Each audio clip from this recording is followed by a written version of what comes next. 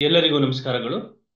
ವಿಧಿಪ್ರಜ್ಞಾ ಕರ್ನಾಟಕ ಕಾನೂನು ಸ್ವಯಂ ಸೇವಾ ಸಂಸ್ಥೆ ವತಿಯಿಂದ ಪ್ರತಿ ಭಾನುವಾರ ಸಂಜೆ 8 ಗಂಟೆಯಿಂದ 9:15ವರೆಗೂ ಸಹ ಕಾನೂನು ಸಮಸ್ಯೆಗಳಿಗೆ ಆನ್ಲೈನ್ ನಲ್ಲಿ ಕಾನೂನು ಸಂವಾದ ಕಾರ್ಯಕ್ರಮವನ್ನ ಹಮ್ಮಿಕೊಂಡು ಬರ್ತಾ ಇದ್ದು, ಈ ಒಂದು ಕಾನೂನು ಸಂವಾದ ಕಾರ್ಯಕ್ರಮವನ್ನ ವಿಶ್ರಾಂತ ಜಿಲ್ಲಾ ಹಾಗೂ ಸತ್ರ ನ್ಯಾಯಾಧೀಶರು ಮತ್ತು ಪ್ರಸ್ತುತವಾಗಿ ಕಾನೂನು ಸಲಹೆಗಾರರು ಡಾಕ್ಟರ್ ಬಿ.ಆರ್. ಅಂಬೇಡ್ಕರ್ ಅಭಿವೃದ್ಧಿ ನಿಗಮ ಬೆಂಗಳೂರು ಇಲ್ಲಿ ಕಾರ್ಯವನ್ನು ನಿರ್ವಹಿಸ್ತಾ ಇರುವಂತಹ ಡಾಕ್ಟರ್ ಬಾಬಾ ಸಾಹೇಬ್ ಜಿನರಾಳ್ಕರ್ ಅವರು ಈ ಒಂದು ಕಾರ್ಯಕ್ರಮವನ್ನ ನಡೆಸ್ಕೊಂಡು ಬರ್ತಾ ಇದ್ದು, ಕರ್ನಾಟಕದ ಇತಿಹಾಸದಲ್ಲೇ ಇದು ಮೊದಲ ಬಾರಿಗೆ ಈ ರೀತಿಯಾದಂತಹ ಒಂದು ಕಾರ್ಯಕ್ರಮವನ್ನ ನಾವು ಮಾಡ್ತಾ ಇದ್ದು, ಕಾನೂನಿನ ಸಮಸ್ಯೆಯನ್ನ ಯಾರು ಆ ಸಮಸ್ಯೆಗೆ ಒಳಗಾಗಿ ಕಷ್ಟವನ್ನ ಅನುಭವಿಸ್ತಾ ಇರುವಂತ ನಿಟ್ಟಿನಲ್ಲಿ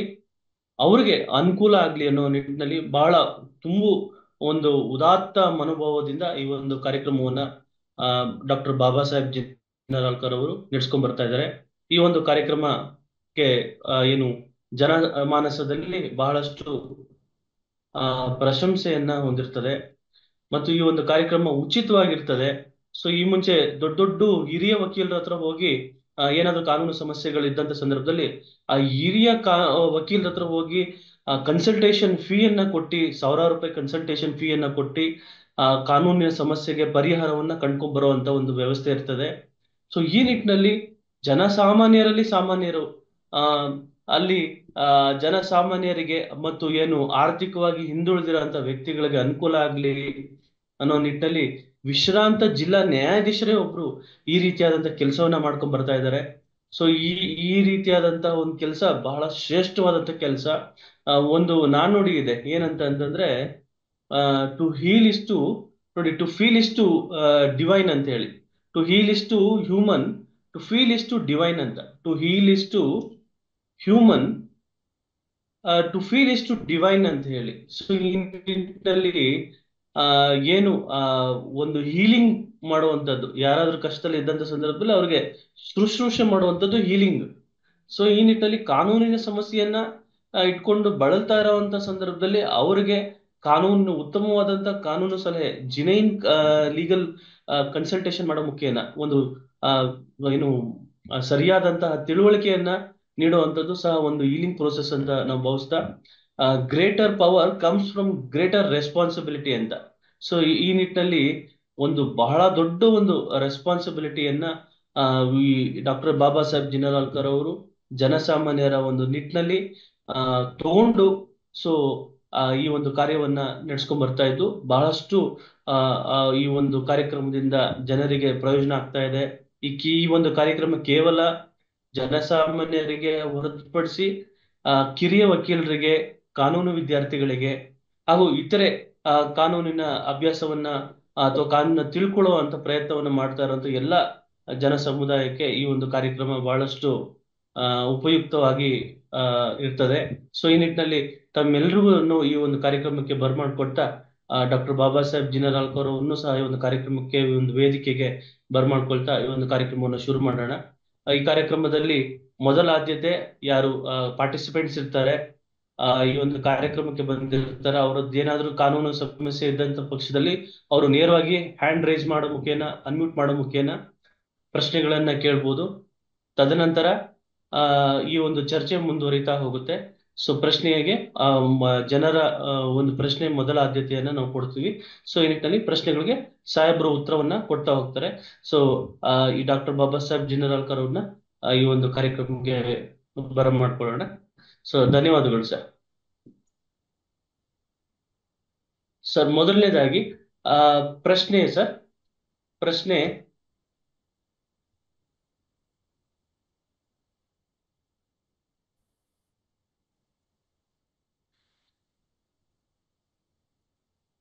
ಸೊ ಹ್ಯಾಂಡ್ ರೈಸ್ ಮಾಡ್ಕೊಳ್ಳಿ. ಧರಣಿ ಅವರ ಪ್ರಶ್ನೆ ಏನಾದ್ರು ಇದೆಯಾ? ಪ್ರಶ್ನೆ ಕೇಳಿ ಪ್ಲೀಸ್. ಮ್ಯೂಟ್ ಅನ್ನ ಮಾಡ್ಕೊಳ್ಳಿ, ಮ್ಯೂಟ್ ಅನ್ನ ಮಾಡ್ಕೊಂಡು ಪ್ರಶ್ನೆಯನ್ನ ಕೇಳುವಂತ ಮಾಡಿ. ನಿಮ್ಮ ಇಂಟರ್ನೆಟ್ ಕನೆಕ್ಷನ್ಸ್ ಹೋಗಿದ್ರೆ ಸೊ ಕೆಲವು ಸರಿ ಪ್ರಶ್ನೆಗಳನ್ನ ಕೇಳುವಂಥದ್ದು ಏನಾಗ್ತದೆ ಅಂತಂದ್ರೆ ಅದು ಡಿಸ್ಟರ್ಬೆನ್ಸ್ ಇರ್ತದೆ. ಮತ್ತೆ ಪ್ರಶ್ನೆಗೆ ಉತ್ತರವನ್ನು ಪಡ್ಕೊಳ್ಳುವಂಥದ್ದು ಡಿಸ್ಟರ್ಬೆನ್ಸ್ ಇರ್ತದೆ. ನಿಮ್ಮ ಇಂಟರ್ನೆಟ್ ಕನೆಕ್ಷನ್ಸ್ ಪ್ರಾಪರ್ ಆಗಿದೆಯಾ ಅಂತ ತಿಳ್ಕೊಳ್ಳಿ. ಆ, ತಿಳ್ಕೊಂಡು ನೀವು ಪ್ರಶ್ನೆಯನ್ನ ಕೇಳ್ತಾ ಹೋಗಿ. ಮೊದಲನೇ ಪ್ರಶ್ನೆ, ಇತ್ತೀಚಿನ ದಿನಗಳಲ್ಲಿ ಲೈವ್ ಇನ್ ರಿಲೇಶನ್ಶಿಪ್ ಸಂಬಂಧಪಟ್ಟಂಗೆ ಕಾನೂನಿನ ಅಡಿಯಲ್ಲಿ ಕಾಲ ಪರಿಮಿತಿ ವಿದೆಯೇ ಅಂತ ಫಸ್ಟ್ ಪ್ರಶ್ನೆಯನ್ನ ಒಬ್ರು ನಮ್ಮ ವೀಕ್ಷಕರು ಕೇಳ್ತಾ ಇದ್ದಾರೆ ಸರ್. ಅವ್ರು ಏನ್ ಕೇಳ್ತಾ ಇದ್ದಾರೆ ಅಂತಂದ್ರೆ, ನಾನು ಲಿವ್ ಇನ್ ರಿಲೇಶನ್ಶಿಪ್ ನಲ್ಲಿ ಇದ್ದೆ. ಸೊ ಲಿವ್ ಇನ್ ರಿಲೇಶನ್ಶಿಪ್ ನಲ್ಲಿ ಸುಮಾರು 50 ವರ್ಷ ನಾನು ಆ ಆ ವ್ಯಕ್ತಿ ಜೊತೆ ಬಾಳ್ವೆಯನ್ನ ಮಾಡಿದ್ದೆ. ತದನಂತರ ಸೊ ಈಗ ನಾನು ಕೇಸನ್ನ ಹಾಕ್ಬೇಕು ಅಂತಿದ್ದೀನಿ. ಸೊ ಈ ನಿಟ್ಟಿನಲ್ಲಿ ಕಾಲ ಪರಿಮಿತಿ ಏನಾದ್ರೂ ಇದೆಯಾ, ಲಿಮಿಟೇಷನ್ ಏನಾದ್ರೂ ಇದೆಯಾ? ಅಂದ್ರೆ ಇಷ್ಟೇ ವರ್ಷ ನಾವು ಲಿವ್ ಇನ್ ರಿಲೇಶನ್ಶಿಪ್ ಅಲ್ಲಿ ಇದ್ದಾಗ ಮಾತ್ರ ಕೋರ್ಟ್ ನಲ್ಲಿ ಕೇಸ್ ತಗೊಳ್ತಾರ, ಅಥವಾ ಎಷ್ಟು ವರ್ಷ ಲಿವ್ ಇನ್ ರಿಲೇಶನ್ಶಿಪ್ ಅಲ್ಲಿ ಇದ್ದಾಗ ಮಾತ್ರ ಕೋರ್ಟ್ ನಲ್ಲಿ ಕೇಸನ್ನ ಫೈಲ್ ಮಾಡೋಕೆ ಅವಕಾಶವನ್ನ ಕೊಡ್ತಾರೆ ಅಂತ ಪ್ರಶ್ನೆ ಕೇಳ್ತಿದ್ದಾರೆ ಸರ್. ಎಲ್ರಿಗೂ ನಮಸ್ಕಾರ. ಲಿವ್ ಇನ್ ರಿಲೇಶನ್ಶಿಪ್ ಬಗ್ಗೆ ಪ್ರಸ್ತುತವಾಗಿ ನಮ್ಮ ದೇಶದಲ್ಲಿ ಇನ್ನೂ ಯಾವುದೇ ಕಾನೂನುಗಳು ಬಂದಿಲ್ಲ. ಆದರೆ ಸರ್ವೋಚ್ಚ ನ್ಯಾಯಾಲಯ ಇತ್ತೀಚಿನ ಒಂದು ತೀರ್ಪಿನಲ್ಲಿ ಒಂದು ಗಂಡು ಮತ್ತು ಹೆಣ್ಣು, ವಯಸ್ಕ ಗಂಡು ಮತ್ತು ಹೆಣ್ಣು, ಅವರು ಗಂಡ ಹೆಂಡತಿ ತರ ಜೊತೆಯಾಗಿ 6 ವರ್ಷಗಳಿಗಿಂತಲೂ ಹೆಚ್ಚು ಕಾಲ ಅವರು ಸಹವಾಸ ಅವರು ಒಂದೇ ಮನೆಯಲ್ಲಿ ಅವರು ವಾಸ ಮಾಡಿದ್ರೆ, ಸಂಸಾರ ಮಾಡಿದ್ರೆ ಅವ್ರನ್ನ ಗಂಡ ಹೆಂಡತಿ ಅಂತ ಸ್ಥಾನಮಾನ ಕೊಡಬೇಕು ಅಂತ ಸರ್ವೋಚ್ಚ ನ್ಯಾಯಾಲಯ ಹೇಳಿದೆ. ಆದರೆ ಇಲ್ಲಿವರೆಗೆ ಅದ್ರ ಬಗ್ಗೆ ಯಾವುದೇ ಆದಂತ ಒಂದು ಶಾಸನ ಬಂದಿಲ್ಲ. ಇದನ್ನ ರೆಗ್ಯುಲೇಟ್ ಮಾಡಲಿಕ್ಕೆ, ಇದನ್ನ ನಿಯಂತ್ರಣ ಮಾಡಲಿಕ್ಕೆ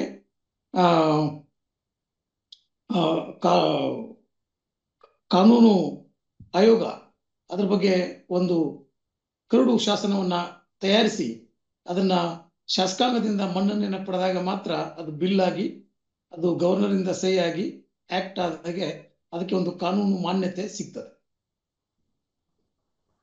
ಧನ್ಯವಾದಗಳು ಸರ್. ಹರೀಶ್ ಕುಮಾರ್ ಅವ್ರ ಪ್ರಶ್ನೆ ಕೇಳಿ. ಹರೀಶ್ ಕುಮಾರ್ ಅವ್ರ ಪ್ರಶ್ನೆ ಕೇಳಿ. ಅನ್ಮ್ಯೂಟ್ ಮಾಡ್ಕೊಳ್ಳಿ ಹರೀಶ್ ಕುಮಾರ್ ಅವರೇ. ಹ್ಯಾಂಡ್ ರೈಸ್ ಮಾಡಿದ್ದೀರಾ ನೀವು, ದಯವಿಟ್ಟು ಪ್ರಶ್ನೆ ಕೇಳಿ. ಓಕೆ ಸರ್, ಇನ್ನೊಂದು ಪ್ರಶ್ನೆ ಏನು ಅಂತಂದ್ರೆ, ಕಾನೂನಿನ ಅಡಿಯಲ್ಲಿ ಸಾಮಾನ್ಯ ನಾಗರಿಕನು ಪೊಲೀಸರಂತೆ ಕಾನೂನು ಬಾಹಿರ ಚಟುವಟಿಕೆಯಲ್ಲಿ ಭಾಗಿಯಾದ ವ್ಯಕ್ತಿಯನ್ನ ಅರೆಸ್ಟ್ ಮಾಡಬಹುದೇ ಅಂತ ಪ್ರಶ್ನೆ ಕೇಳ್ತಿದ್ದಾರೆ ಸರ್. ಇದಕ್ಕೆ ಉತ್ತರ ಹೌದು. ಯಾಕಂದ್ರೆ ಯಾವುದೇ ಒಂದು ಕಾಗ್ನಿಸಿಬಲ್ ಅಫೆನ್ಸ್ ಇದ್ರೆ, ನಾನ್ ಬೇಲೇಬಲ್ ಅಫೆನ್ಸ್ ಇದ್ರೆ, ಅಂದ್ರೆ ಈಗ ಕೊಲೆ, ದರೋಡೆ, ಕಿಡ್ನ್ಯಾಪು, ರೇಪು ಇಂತಹ ಗಂಭೀರ ಸ್ವರೂಪದ ಅಪರಾಧ ಘಟಿಸಿದಾಗ ಅಲ್ಲಿ ಇದ್ದಿರ್ತಕ್ಕಂಥ ಸಾರ್ವಜನಿಕರು ಆ ಅಪರಾಧಿಯನ್ನ ಹಿಡಿದುಕೊಂಡು ತಕ್ಷಣವೇ ಪೊಲೀಸ್ ಠಾಣೆ ಮುಂದೆ ಹಾಜರುಪಡಿಸ್ತಕ್ಕಂಥ ಎಲ್ಲ ಹಕ್ಕನ್ನ, ಅಧಿಕಾರವನ್ನ ಹೊಂದಿದ್ದಾರೆ. ಅಂತ ಅಪರಾಧಿಯನ್ನ ತಕ್ಷಣವೇ ಹಿಡಿದು ಅವರು ಪೊಲೀಸ್ ಠಾಣೆಗೆ ಹಸ್ತಾಂತರವನ್ನ ಮಾಡಬೇಕು.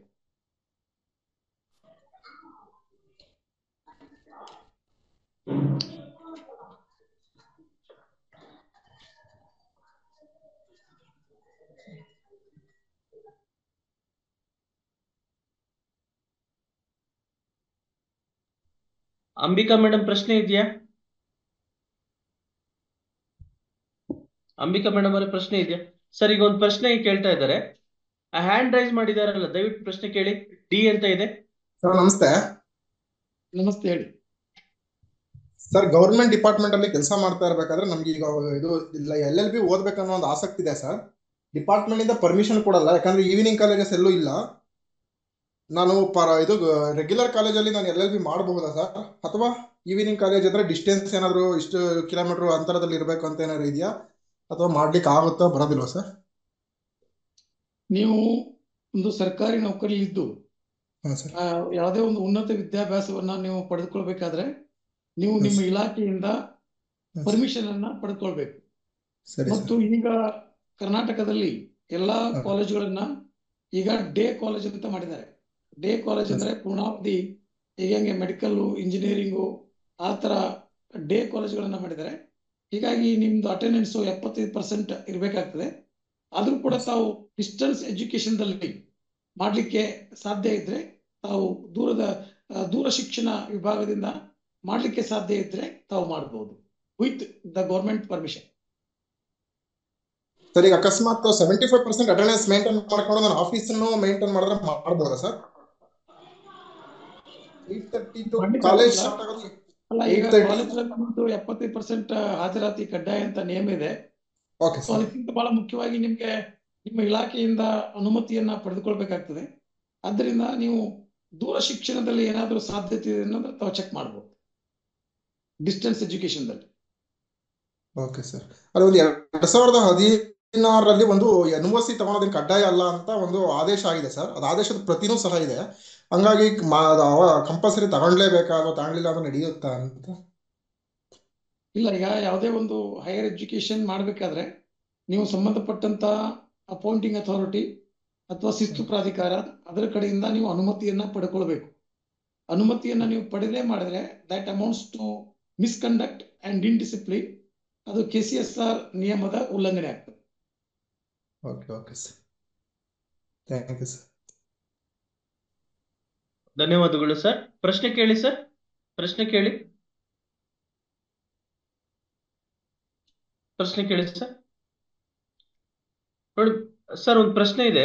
ಏನು ಅಂತಂದ್ರೆ, ಪಂಚಾಯಿತಿ ಪಾರಿಕತ್ತು ವಿಭಾಗ ಕಾನೂನಿನ ಅಡಿಯಲ್ಲಿ ಮಾನ್ಯತೆವಿದೆಯೇ? ಇದು ಪಾರ್ಟಿಷನ್ ಸೂಟ್ಗಳಲ್ಲಿ ಬರ್ತದೆ. ಸೊ ಪಂಚಾಯತ್ ಪಾರಿಕತ್ತು it is unregistered and unstamped one. ಆದ್ರಿಂದ ಅದನ್ನ whether is it admissible or whether can it be exhibited ಅಂತಕ್ಕಂಥ ಪ್ರಶ್ನೆ ಬಂದಾಗ ಅದನ್ನ ಕೊಲ್ಯಾಟ್ರಲ್ ಪರ್ಪಸ್, ಅನುಷಂಗಿಕ ಉಪಯೋಗಕ್ಕಾಗಿ ಅದನ್ನ ಮಾಡಬಹುದು. ಸೊ ಆ ಡಾಕ್ಯುಮೆಂಟ್ ಅನ್ನ ಮಾರ್ಕ್ ಕೂಡ ಮಾಡಲಿಕ್ಕೆ ಅವಕಾಶ ಇದೆ. ಕೋರ್ಟ್ ಕೂಡ ಅದನ್ನ ರಿಲೈ ಮಾಡಬಹುದು. But it is not A conclusive proof. ಯಾಕಂದ್ರೆ ಆ ಕೇಸನ್ನ ಇತ್ಯರ್ಥ ಮಾಡಲಿಕ್ಕೆ ಅದು ಒಂದು ಪೂರಕ ದಾಖಲೆಯಾಗಿ ನ್ಯಾಯಾಲಯ ಅದನ್ನ ಪರಿಗಣಿಸ್ತದೆ. ಓರಲ್ ಪಾರ್ಟಿಷನ್ ಡೀಡ್ ಅಂತಂದ್ರೆ ಈ ಪಂಚಾಯತಿ ಪಾರಿಕತ್ಗೂ ಓರಲ್ ಪಾರ್ಟಿಷನ್ ಡೀಡ್ಗೂ ಏನು ವ್ಯತ್ಯಾಸ ಇದೆ ಸರ್? ಪಂಚಾಯತ್ ಪಾರಿಕತ್ ಅಂದ್ರೆ ಅಲ್ಲಿ 4 ಜನ ಹಿರಿಯರ ಮುಂದೆ, ಸೊ ಅವರೆಲ್ಲ ಅಣ್ಣ ತಮ್ಮಂದರು ತಮ್ಮ ವ್ಯಾಜ್ಯವನ್ನ ಬಗೆಹರಿಸಿಕೊಂಡು ಅದನ್ನ ಲಿಖಿತ ರೂಪದಲ್ಲಿ ಬರೆದು ಅಲ್ಲಿ ಹಾಜರಿರ್ತಕ್ಕಂಥ ಎಲ್ಲ ಸಾಕ್ಷಿದಾರರು ಅದಕ್ಕೆ ಸೈನ್ ಮಾಡಿರ್ತಾರೆ. ಇದು ಪಂಚಾಯತ್ ಪಾರಿಕತ್ತು.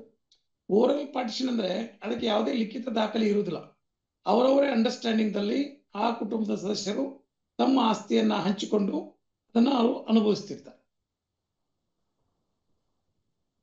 ಧನ್ಯವಾದಗಳು ಸರ್. ಪ್ರಶ್ನೆ ಕೇಳಿ. ಧರಣೀಶ್ವರ, ಪ್ರಶ್ನೆ ಏನಾದ್ರು ಇದೆಯಾ? ಹರಣಿ ಮೇಡಮ್, ಪ್ರಶ್ನೆ ಇದೆಯಾ? ಹರೀಶ್ ಕುಮಾರ್ ಅವರೇ, ಪ್ರಶ್ನೆ ಇದೆಯಾ? ಪ್ರಶ್ನೆ ಇದ್ದವರು ದಯವಿಟ್ಟು ಅನ್ಮ್ಯೂಟ್ ಮಾಡ್ಕೊಳ್ಳಿ. ಅನ್ಮ್ಯೂಟ್ ಮಾಡ್ಕೊಂಡು ಪ್ರಶ್ನೆಯನ್ನ ಕೇಳಿ.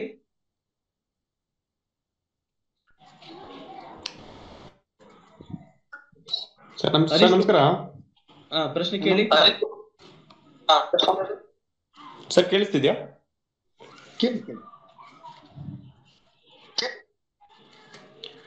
ಸರ್, ನಮ್ದು ಒಂದು 20 ವರ್ಷ ನಾನು ಗೋಮಾಳದಲ್ಲಿ ಖಾತಾ ಜಮೀನ್ ಪಕ್ಕದಲ್ಲಿ, ಅದು ಈಗ ತರಾತುರಿಯಲ್ಲಿ ಪಕ್ಕದವ್ರು ಬಂದ್ಬಿಟ್ಟು ಟ್ರೆಸ್ ಪಾಸ್ ಮಾಡ್ಬಿಟ್ಟು ನಮ್ದು ಅಂತ ನಮಗ್ ಬೇಕು ಗೋಮಾಳ ಅಂತ ಈ ತರ ಇಮಿಡಿಯೇಟ್ ಆಗಿ ಒಂದು ಶೆಡ್ ಕಟ್ತಾ ಇದ್ದಾರೆ. ಇದಕ್ಕೆ ಏನ್ ಪರಿಹಾರ?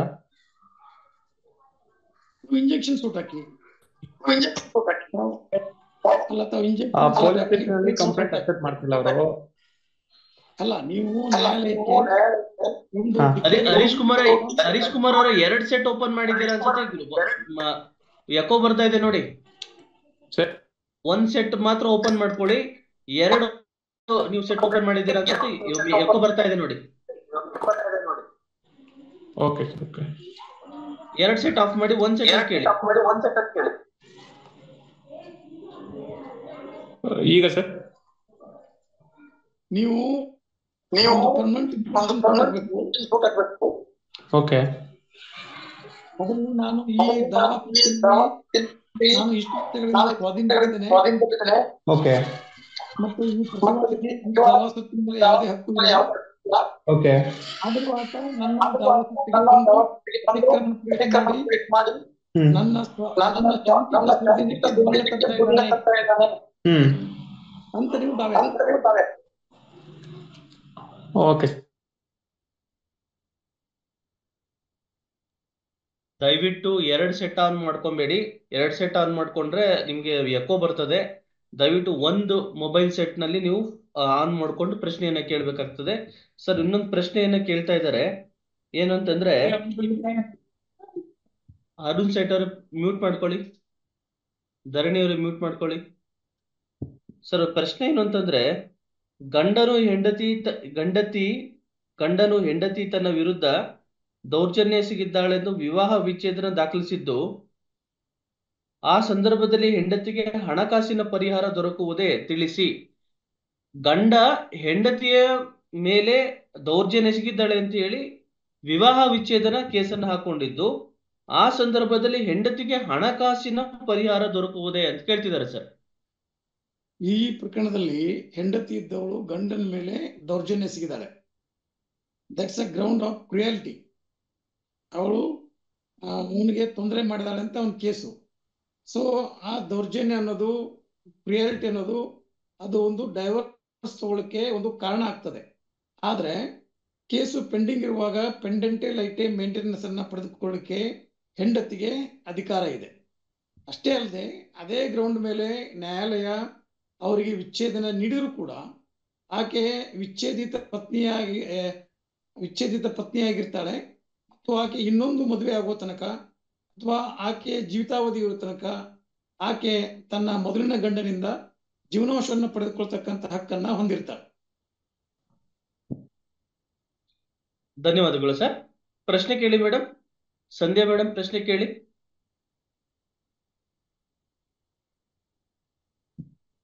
ಮಹೇಶ್ ಯಾದವ್ ಅವರ ಪ್ರಶ್ನೆ ಇದೆಯಾ? ಇದೆ ಸರ್. ಕೇಳಿ ಸರ್. ಒಂದು ನೋಷನಲ್ ಪಾರ್ಟಿಷನ್ ಬಗ್ಗೆ ಸ್ವಲ್ಪ ಗೊತ್ತಾಗಬೇಕಿದೆ ಸರ್.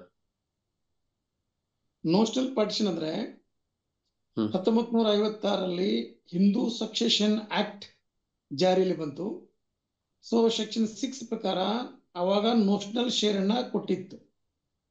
ಅಂದ ನೋಷನಲ್ ಶೇರ್ ಅಂದ್ರೆ ತಂದೆಯ ಭಾಗಕ್ಕೆ ಬರ್ತಕ್ಕಂಥ ಪಾಲಿನಲ್ಲಿ ಹೆಣ್ಮಗಳಿಗೆ ಒಂದು ಪಾಲನ್ನ ಕೊಡ್ಲಾಗ್ತಿತ್ತು. ಆದ್ರೆ 2005ರಲ್ಲಿ ಸೆಕ್ಷನ್ 6ಗೆ ತಿದ್ದುಪಡಿಯನ್ನ ಮಾಡಿ ಆಗಸ್ಟ್ 9, 2005ರಿಂದ ಹೆಣ್ಮಗಳು ಕೂಡ ಗಂಡು ಮಗುವಿನಷ್ಟೇ ಹಕ್ಕನ್ನ ಹೊಂದಿದ್ದಾಳೆ ಅಂತ ಅದಕ್ಕೆ ತಿದ್ದುಪಡಿಯನ್ನ ತರಲಾಯಿತು. ಅಂದ್ರೆ 2005ರ ನಂತರ ಹೆಣ್ಮಗಳು ಕೂಡ ಗಂಡು ಮಗನಷ್ಟೇ ಕೋಪಾರ್ಟ್ನರ್, ದಾಯಾದಿ ಸಮ ಹಕ್ಕನ್ನ ಪಡಿತಾಳೆ ಅಂತ ಹೊಸ ಕಾನೂನು ಬಂತು.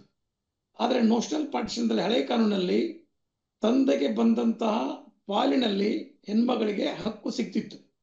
ಹೆಂಗೆ ಅಂದ್ರೆ, ಉದಾಹರಣೆಗೆ ಈಗ 9 ಎಕರೆ ಜಮೀನಿದ್ದು ಒಬ್ಬ ತಂದೆ, 2 ಗಂಡು ಮಕ್ಕಳು, 1 ಹೆಣ್ಮಗಳು ಇದ್ರು ಅಂದ್ರೆ ತಂದೆಗೂ ಒಂದು ನೋಷನಲ್ ಶೇರ್ ಅಂತ ಒಂದು ಪಾಲನ್ನ ಕೊಡ್ತಿದ್ರು.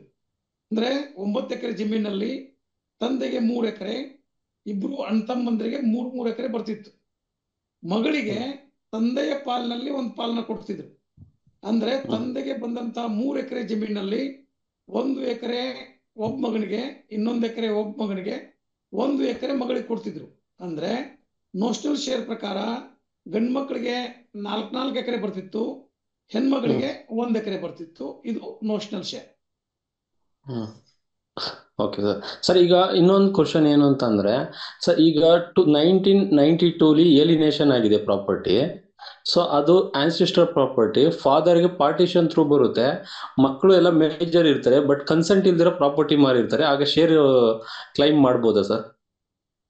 ಮಾಡಿ, but now it is barred by limitation.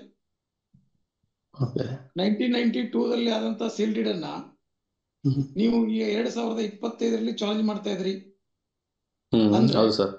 ಅಂದ್ರೆ ನೀವು 33 ವರ್ಷ ನಿಮ್ಮ ಹಕ್ಕಿನ ಬಗ್ಗೆ ನೀವು ಜಾಗೃತರಾಗಿಲ್ಲ. It is barred by limitation.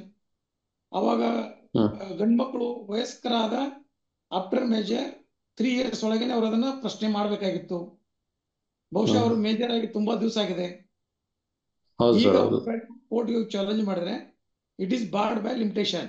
ಯಾಕಂದ್ರೆ 3 from the date of knowledge and from the date of attaining the majority 3 ವರ್ಷದ ಒಳಗಾಗಿ ಅವರು ನ್ಯಾಯಾಲಯಕ್ಕೆ ಹೋಗಿ ಆ ಸೇಲ್ ಡೇನ ರದ್ದು ಮಾಡಿ ನಮ್ಮ ಪಾಲಿಗೆ ಬರತಕ್ಕಂತ ಭಾಗಕ್ಕೆ ಆ ಸೇಲ್ ಡೀಡು ಬಂಧನಕಾರಿ ಅಲ್ಲ ಅಂತ ಅವರು ಕೇಸ್ ಹಾಕ್ಬೇಕಾಗಿತ್ತು. Okay sir, thank you sir. ಧನ್ಯವಾದಗಳು ಸರ್. ಪ್ರಶ್ನೆ ಕೇಳಿ. ಪ್ರಶ್ನೆಯನ್ನು ಕೇಳಿ ದಯವಿಟ್ಟು.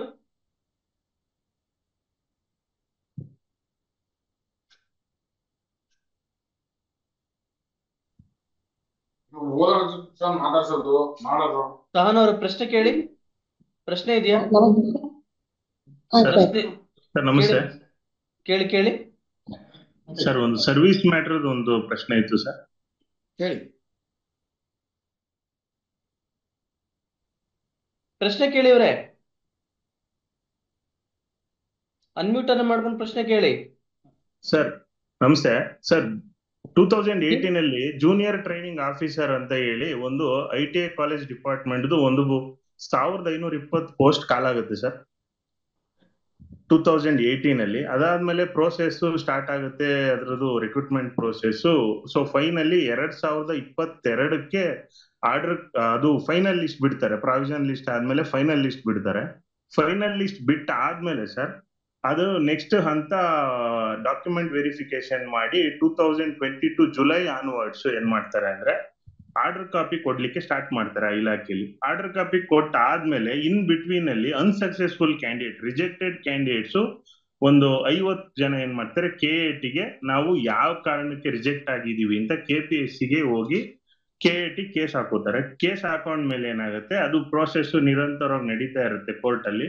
ಸೊ ಇನ್ ಬಿಟ್ವೀನ್ ಅಲ್ಲಿ 2022 ಜುಲೈಯಿಂದ ನವೆಂಬರ್ ಗಂಟನೂ ಕೂಡ ಆರ್ಡರ್ ಕಾಪಿನ ಕೊಡ್ತಾ ಇರ್ತಾರೆ. ಸೊ ಯಾವಾಗ KAT ಅಲ್ಲಿ ನಂಬರ್ ಆಫ್ ಕೇಸಸ್ ಜಾಸ್ತಿ ಆಗುತ್ತೋ ಆಗ ಅವ್ರೇನ್ ಮಾಡ್ತಾರೆ, ಆರ್ಡರ್ ಕಾಪಿ ಕೊಡೋದನ್ನ ಸ್ಟಾಪ್ ಮಾಡಿ ಕೋರ್ಟ್ ಅಲ್ಲಿ ಏನ್ ಮಾಡ್ತಾರೆ, ಎಕ್ಸ್ಪೀರಿಯನ್ಸ್ ಮ್ಯಾಟರ್ ಕೇಸ್ ಇದು ಜೊತೆಗೆ ಏನ್ ಕ್ವಾಲಿಫಿಕೇಶನ್ ಇರುತ್ತೆ ಅದ್ರ ಜೊತೆಗೆ ಇಷ್ಟು ವರ್ಷ 2 ವರ್ಷ ಎಕ್ಸ್ಪೀರಿಯನ್ಸ್ ಇರಬೇಕು, ITI ಕಾಲೇಜು ಅಥವಾ ಇಂಡಸ್ಟ್ರಿಲಿ ಎಕ್ಸ್ಪೀರಿಯನ್ಸ್ ಇರಬೇಕು ಅಂತ ಹೇಳಿ ಅದು ನೋಟಿಫಿಕೇಶನ್ ಇರುತ್ತೆ. ಸೊ ಕೋರ್ಟ್ ಏನ್ ಮಾಡುತ್ತೆ, ಕೆಲವರು ಈ ಎಕ್ಸ್ಪೀರಿಯನ್ಸ್ ಲೆಟರ್ ತರಬೇಕಾದ್ರೆ ಗೊಂದಲ ಮಾಡ್ಕೊಂಡಿದ್ದಾರೆ. ಹಾಗಾಗಿ ಅವ್ರಿಗೆ ನೀವು ಈ ಒಂದ್ ಸ್ವಲ್ಪ ಅವಕಾಶ ಮಾಡಿಕೊಟ್ಟು ಅವ್ರನ್ನೂ ಒಳಗಡೆ ತಗೋಬೋದಾ ನೋಡಿ ಅಂತ ಕೋರ್ಟ್ ಏನ್ ಮಾಡುತ್ತೆ, KPSC ಗೆ ಡೈರೆಕ್ಷನ್ಸ್ ಕೊಡುತ್ತೆ ಸರ್. ಡೈರೆಕ್ಷನ್ಸ್ ಕೊಟ್ಟ ಮೇಲೆ ಆನ್ ಬಿಟ್ವೀನ್ ಅಲ್ಲಿ 2023 ಏನ್ ಮಾಡುತ್ತೆ, ನಮ್ಮ ಒಳಗಡೆ ಇರೋರು ಆರ್ಡರ್ ಕಾಪಿ ತಗೊಂಡು ಏನ್ ಹೊರಗಡೆ ಇದ್ದಾರೆ ಅವ್ರಿಗಿನ್ನ ನಮ್ಮವರು ಜಾಸ್ತಿ ಮೆರಿಟ್ ಇದ್ದಾರೆ. ಸೊ ಹಾಗಾಗಿ ಇಲ್ಲಿ ಕಡಿಮೆ ಸ್ಕೋರ್ ಇರೋರೆಲ್ಲ ಒಳಗಡೆ ಇದ್ದಾರೆ, ನಮ್ಮವರು ಹೈಯೆಸ್ಟ್ ಮಾರ್ಕ್ಸ್ ಇರೋರು ಔಟ್ಸೈಡ್ ಇದ್ದಾರೆ. ಸೊ ಹಾಗಾಗಿ ಈ ಪ್ರೋಸೆಸ್ ರೀಡು ಆಗ್ಬೇಕು ಅಂತ ಹೇಳಿ ಅವರು ಕೋರ್ಟ್ ನ ಮನವಿ ಮಾಡ್ಕೊತಾರೆ. ಕೋರ್ಟ್ ಆಯ್ತು ರೀಡು ಮಾಡೋಣ, ಆದ್ರೆ ನೀವು ಆಸ್ ಪರ್ ಲಾನ ರೀಡು ಮಾಡಿಬಿಟ್ಟು ಸೊ ಅದರಲ್ಲಿ ಯಾರು ಎಕ್ಸ್ಪೀರಿಯನ್ಸ್ ಸ್ವಲ್ಪ ಹಿಂದೆ ಮುಂದೆ ಇರೋರಿಗೆ ನೀವು ರೀಡು ಪ್ರೋಸೆಸ್ ನ ಮಾಡಿ ಹೇಳಿದಾಗ KPSC ಮತ್ತೆ ಇಲಾಖೆ SOP ಅಂತ ಒಂದು ಸ್ಟ್ಯಾಂಡರ್ಡ್ ಆಪರೇಟಿಂಗ್ ಪ್ರೊಸೀಜರ್ ಅಂತ ಹೇಳಿ ಸರ್ ಸಾರಿ ಹೇಳಿ ಸ್ಟ್ಯಾಂಡರ್ಡ್ ಆಪರೇಟಿಂಗ್ ಪ್ರೊಸೀಜರ್ ಅಂತ ಹೇಳಿ ಕಂಪ್ಲೀಟ್ ಇಲಾಖಾ C&R ಏನಿರುತ್ತೆ ಅದನ್ನ ಕಂಪ್ಲೀಟ್ ವೈಲೇಷನ್ ಮಾಡಿ ಹೊಸ ಮಾಡಿಫಿಕೇಶನ್ ಮಾಡಿಕೊಂಡು ಆಲ್ರೆಡಿ ವರ್ಕ್ ಮಾಡ್ತಿರ್ತಕ್ಕಂತ ಏನು ಕ್ಯಾಂಡಿಡೇಟ್ಸ್ ಇದ್ದಾರೆ ಅದರಲ್ಲಿ ಮ್ಯಾಕ್ಸಿಮಮ್ ನಂಬರ್ಸ್ 399 ಆರ್ಡರ್ ಕಾಪಿ ಕೊಟ್ಟಿರೋರಲ್ಲಿ 200 ಮೆಂಬರ್ಸ್ ಡಿಸ್ಟರ್ಬ್ ಆಗ್ಬಿಡ್ತಾರೆ. ಸೊ ಮತ್ತೆ ಅಗೇನ್ ಮೆರಿಟ್ ಲಿಸ್ಟ್ ಅಂತ ಆದಾಗ ಆ ಮೆರಿಟ್ ಲಿಸ್ಟ್ ಒಳಗಡೆ ಏನಾಗ್ತಾರೆ ಅಂದ್ರೆ ನಮ್ಮ ಆರ್ಡರ್ ಕಾಪಿ ತಗೊಂಡಿರೋರು ಒಂದಷ್ಟು ಜನ ಮತ್ತು ಬೇರೆ ಬೇರೆಯವರು ಮಾರ್ಕ್ಸ್ ಇರೋರೆಲ್ಲ ಒಳಗಡೆ ಬರ್ತಾರೆ ಸರ್. ಈ ಕೇಸು ಈಗ ಸುಪ್ರೀಂ ಕೋರ್ಟ್ಗೆ ಹೋಗಿ ಸುಪ್ರೀಂ ಕೋರ್ಟ್ ಇಂದ ಡೈರೆಕ್ಷನ್ ಆಗಿ ಎಗೇನು ಈಗ ಹೈಕೋರ್ಟಿಗೆ ಬಂದಿದೆ. ಬಟ್ ಇವ್ರು ಎಲ್ಲೂ ಕೂಡ C&R ನ ವೈಲೇಷನ್ ಮಾಡ್ಕೊಂಡಿರೋದನ್ನ ಕೋರ್ಟ್ ಗಮನಕ್ಕೆ ತಂದೇ ಇರೋದಿಲ್ಲ. SOP ಇಂದ ಏನ್ ಮಾಡ್ಕೊಂಡಿದ್ದಾರೆ ಸ್ಟ್ಯಾಂಡರ್ಡ್ ಆಪರೇಟಿಂಗ್ ಪ್ರೊಸೀಜರ್ ಅದನ್ನು ಕೂಡ ಇದಕ್ಕೆ ಗಮನಕ್ಕೆ ತಂದಿರಲ್ಲ, ಸುಪ್ರೀಂ ಕೋರ್ಟ್ ಆಗ್ಲಿ ಹೈಕೋರ್ಟ್ ಆಗ್ಲಿ ತಂದಿರಲ್ಲ. ಸೊ ಈಗ ಅಗೇನ್ ಇಲ್ಲಿ ಏನಾಗಿದೆ ಅಂತಂದ್ರೆ ಮೆರಿಟ್ ಲಿಸ್ಟ್ ಮಾಡಿದಾಗ ಒಂದಷ್ಟು ಜನ 200 ಜನ ಏನ್ ಡಿಸ್ಟರ್ಬ್ ಆಗಿದ್ರು ಅದರಲ್ಲಿ ಒಂದು 60-70 ಜನ ಮತ್ತೆ ಒಳಗಡೆ ಬಂದು 119 ಜನ ಮತ್ತೆ ಆಲ್ರೆಡಿ ಅಪಾಯಿಂಟೆಡ್ ಹೊರಗಡೆ ಹೋಗಿದ್ದಾರೆ. ಓಲ್ಡ್ ಫೈನಲ್ ಲಿಸ್ಟ್ ಅಲ್ಲಿ ಯಾರಿದ್ರು ಅವರಲ್ಲಿ ಒಂದು 300-400 ಜನ ಆ ಲಿಸ್ಟ್ ಅಲ್ಲೇ ಇಲ್ಲ ಸರ್ ಈಗ. ಸೊ ಈಗ ಕಂಪ್ಲೀಟ್ ಈ ಕೇಸು ಗೊಂದಲ ಆಗೋಗಿ ಎಲ್ಲಾರ ಜೀವನ ಅತಂತ್ರ ಸ್ಥಿತಿಗೆ ಬಂದೋಗಿದೆ ಸರ್. ಸೊ ಇದ್ರ ಬಗ್ಗೆ ಒಂದು ಕ್ಲಾರಿಫಿಕೇಶನ್ ಇತ್ತು. ಈಗ ಆಲ್ರೆಡಿ ಏನ್ ಅಪಾಯಿಂಟ್ಮೆಂಟ್ ಕೊಟ್ಟಿದ್ದಾರೆ ಅವ್ರದ್ದೆಲ್ಲ ವರ್ಕ್ ಆಲ್ರೆಡಿ ಅಪಾಯಿಂಟ್ ಆಗಿರೋರ್ದು 3 years ಆಗೋಗಿದೆ ವರ್ಕ್ ಅಪಾಯಿಂಟ್ ಆಗಿ. ಅವರು 2022 ಇಂದ 2025 ಗಂಟ ವರ್ಕ್ ಮಾಡಾಗೋಗಿದೆ ಅವರು. ಈಗ ಈ ಹುದ್ದೆಗೆ ಅರ್ಜಿ ಕರೆದಾಗ ಏನ್ ನೋಟಿಫಿಕೇಶನ್ ಮಾಡಿದ್ರು ಅದೇ ಅದರ ಮೂಲ ಮಾನದಂಡ. ಆ ನೋಟಿಫಿಕೇಶನ್ ದಲ್ಲಿ ಏನ್ ವಿದ್ಯಾರ್ಥಿ ಇರಬೇಕಾಗಿತ್ತು, ಏನ್ ಅನುಭವ ಇರಬೇಕಾಗಿತ್ತು, ಮತ್ತು ಆಯ್ಕೆ ಆಗ್ಲಿಕ್ಕೆ ಎಷ್ಟು ರೇಷಿಯೋ ಇಂಟರ್ವ್ಯೂ ಕರಿಬಹುದಾಗಿತ್ತು, ಅದೆಲ್ಲ ಮಾನದಂಡ ಆಧರಿಸಿ ಅವ್ರು ಮಾಡಿರ್ತಾರೆ. ಆದ್ರೆ ಈ ಕೇಸು ಪೆಂಡಿಂಗ್ ಇರುವಾಗ ಅವರು C&R ಅನ್ನ ಬದಲಾವಣೆ ಮಾಡ್ಲಿಕ್ಕೆ ಆಗುದಿಲ್ಲ. ಯಾಕಂದ್ರೆ it is a matter of sub judice and lis pendens. So ಯಾವುದೇ ಒಂದು ಪ್ರಕರಣ ನ್ಯಾಯಾಲಯದಲ್ಲಿ ವಿಚಾರಣೆ ಇರುವಾಗ ಯಾವುದೇ ಬದಲಾವಣೆಯನ್ನ ಮಾಡಕೂಡುದು. ಆದ್ರೆ ನಿಮ್ಮ ಮಾತಿನಂತೆ ಈ ಪ್ರಕರಣ ನ್ಯಾಯಾಲಯದ ವಿಚಾರಣೆ ಇರುವಾಗ C&R ಅನ್ನ ಬದಲಾವಣೆ ಮಾಡಿದ್ದಾರೆ ಅಂತ ತಾವು ಹೇಳ್ತಾ ಇದ್ರಿ. That's wrong. ಆದ್ರಿಂದ ಮತ್ತೆ ಈ ವಿಷಯವನ್ನ ನಿಮ್ಮ ವಕೀಲರು ಐದರ್ ಸುಪ್ರೀಂ ಕೋರ್ಟ್ ಇರಬಹುದು, KAT ಇರಬಹುದು, ಅಥವಾ ಮಾನ್ಯ ಕರ್ನಾಟಕ ಉಚ್ಚ ನ್ಯಾಯಾಲಯ ಇರಬಹುದು, ಅದನ್ನ ನ್ಯಾಯಾಲಯದ ಗಮನಕ್ಕೆ ತರಬೇಕಾಗಿತ್ತು. ಆದ್ರೆ ನಿಮ್ಮ ವಕೀಲರ ಅಲಕ್ಷ್ಯತನದಿಂದ ಅದನ್ನ ಗಮನಕ್ಕೆ ತರಲಿಕ್ಕೆ ಆಗದೇ ಇರೋದ್ರಿಂದ that has last the site of the honourable court. ಅದರಿಂದ ಅದನ್ನ ಗಮನಕ್ಕೆ ತಂದಿದ್ರೆ ನಿಮಗೇನಾದ್ರೂ ಒಂದು ಪೂರಕವಾದಂತಹ ತೀರ್ಪು ಬರ್ತಕ್ಕಂತ ಸಾಧ್ಯತೆ ಇತ್ತು.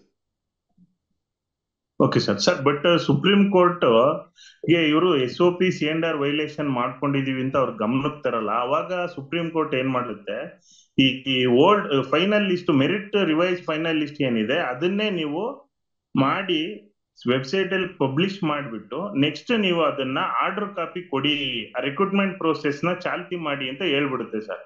ಸೊ ಚಾಲ್ತಿ ಮಾಡಿ ಅಂತ ಹೇಳಿದಾಗ ಇಲಾಖೆ ಏನ್ ಮಾಡುತ್ತೆ, ಆಸ್ ಪರ್ C&R ಬಿಟ್ಬಿಟ್ಟು ಈ ಹೊಸ SOP ಪ್ರಕಾರ ರಿಕ್ರೂಟ್ಮೆಂಟ್ ಪ್ರೋಸೆಸ್ ನ ಸ್ಟಾರ್ಟ್ ಮಾಡಿ ಅಗೇನ್ 1520 ಪೋಸ್ಟ್ಗೆ 1419 ಜನಕ್ಕೆ ಈಗ ಆಲ್ರೆಡಿ ಏನ್ ಮಾಡ್ತಿದ್ದಾರೆ, ಆರ್ಡರ್ ಕಾಪಿ ಕೊಡ್ಲಿಕ್ಕೆ ಸ್ಟಾರ್ಟ್ ಮಾಡಿದ್ದಾರೆ. ಆದ್ರೆ ಇಲ್ಲಿ ಆಲ್ರೆಡಿ ವರ್ಕಿಂಗ್ ಇರೋರು, ಅದರಲ್ಲಿ 280 ಜನ already working 3 years, nearly 3 years ಆಗಿರೋರು ಅದೇ ಹೊಸ ಲಿಸ್ಟ್ ಅಲ್ಲಿ ಇರೋರು ಕೂಡ ಇದ್ದಾರೆ ಸರ್. ಅಲ್ಲ, ವಿಷಯ ಮಾನ್ಯ ಸರ್ವೋಚ್ಚ ನ್ಯಾಯಾಲಯದಿಂದ ಇರುವಾಗ ನಿಮ್ಮ ಪರ ಇರ್ತಕ್ಕಂಥ ವಕೀಲರು ನ್ಯಾಯಾಲಯದ ಮುಂದೆ SOP ಬಗ್ಗೆ ಆಗ್ಲಿ ಅಥವಾ C&R ರೂಲ್ ಬಗ್ಗೆ ಆಗ್ಲಿ ಅದನ್ನ ಗಮನಕ್ಕೆ ತಂದು ನ್ಯಾಯಾಲಯವನ್ನ ಮನಗಾಣಿಸಿ ಒಂದು ರಿಟರ್ನ್ ಆರ್ಗ್ಯುಮೆಂಟ್ ಹಾಕಿ ನ್ಯಾಯಾಲಯವನ್ನ ಎನ್ಲೈಟನ್ ಮಾಡಬೇಕಾಗಿತ್ತು. ನಿಮ್ಮ ವಕೀಲರ ಲೋಪದಿಂದ ನ್ಯಾಯಾಲಯ has lost it site on that particular aspect. So ಆದ್ರಿಂದ ಅಲ್ಲಿ ತಪ್ಪಾಗಿದೆ. ಆದ್ರಿಂದ ನೀವು ಮತ್ತೆ ಉಚ್ಚ ನ್ಯಾಯಾಲಯದ ಮುಂದೆ ಒಂದು ರಿವ್ಯೂ ಪಿಟಿಷನ್ ಹಾಕೊಳ್ಳಕ್ಕೆ ತಮಗೆ ಅವಕಾಶ ಇದೆ. ಓಕೆ ಸರ್ ಅದು ಆಕ್ಚುಲಿ ನಾವು ಅದನ್ನ ರಿವ್ಯೂ ಪಿಟಿಷನ್ ನಾವು ಫೈಲ್ ಮಾಡಿದ್ವಿ ಸರ್. ಅವರು ಅದನ್ನ ಡಿಸ್ಪೋಸ್ ಮಾಡ್ಬಿಟ್ರು ಮತ್ತೆ ಅಗೇನ್. ಈಗ ನಾವು ಹೈಕೋರ್ಟ್ ಡೈರೆಕ್ಷನ್ಸ್ ಮಾಡಿರೋದ್ರಿಂದ ನಾವು ಅದನ್ನ ನೀವು ಅಲ್ಲೇ ಹೈಕೋರ್ಟ್ ಅಲ್ಲೇ ನೀವು ಆರ್ಗ್ಯೂ ಮಾಡ್ಕೊಳ್ಳಿ ಅಂತ ಹೇಳಿ ಮತ್ತೆ ಅದನ್ನ ಕ್ಯಾನ್ಸಲ್ ಮಾಡಿದ್ದಾರೆ ಸರ್. ಅಲ್ಲಿ ಪಿಟಿಷನ್ಸ್ ಎಲ್ಲಾನು ಡಿಸ್ಪೋಸ್ ಮಾಡಿದ್ದಾರೆ. ಅಲ್ಲ, ನೀವು ರಿವ್ಯೂ ಪಿಟಿಷನ್ ಹಾಕಿರೋದೇನಂದ್ರೆ ನಮ್ಮ ವಕೀಲರು ಮಾನ್ಯ ನ್ಯಾಯಾಲಯದ ಗಮನಕ್ಕೆ SOP ಅನ್ನ ಮತ್ತು C&R ರೂಲ್ ಅನ್ನ ಗಮನ ಸೆಳೆಯುವಲ್ಲಿ ವಿಫಲರಾಗಿದ್ದಾರೆ. ಸೊ ಈ ವಿಷಯ ನ್ಯಾಯಾಲಯದ ಗಮನಕ್ಕೆ ಬಂದಿದ್ರೆ ಅದು ಈ ರೀತಿಯಾಗಿ ನಿರ್ದೇಶನ ನೀಡ್ತಾ ಇರಲಿಲ್ಲ. ಸೊ ಈ ವಕೀಲರ ನಿರ್ಲಕ್ಷ್ಯತನದಿಂದಾಗಿ ನ್ಯಾಯಾಲಯ ಈ ರೀತಿಯಾಗಿ ಆದೇಶವನ್ನ ಮಾಡಿದೆ.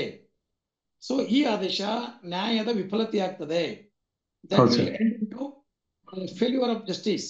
ಆದ್ರಿಂದ ಈ ಆದೇಶವನ್ನ ತಾವು ಪುನರ್ ಪರಿಶೀಲಿಸಬೇಕು ಮತ್ತು SOP ಮತ್ತು C&R ಗಳನ್ನ ಗಮನದಲ್ಲಿಟ್ಟುಕೊಂಡು ಮಾನ್ಯ ಕರ್ನಾಟಕ ಉಚ್ಚ ನ್ಯಾಯಾಲಯಕ್ಕೆ ತಾವು ಸೂಕ್ತ ನಿರ್ದೇಶನವನ್ನು ನೀಡಬೇಕು ಅಂತ ನಿಮ್ಮ ವಕೀಲರ ಮೂಲಕ ತಾವು ಸರ್ವೋಚ್ಚ ನ್ಯಾಯಾಲಯದಲ್ಲಿ ರಿವ್ಯೂ ಪಿಟಿಷನ್ ಹಾಕಿ ಆರ್ಗ್ಯುಮೆಂಟ್ ಮಾಡಲಿಕ್ಕೆ ಅವಕಾಶ ಇದೆ.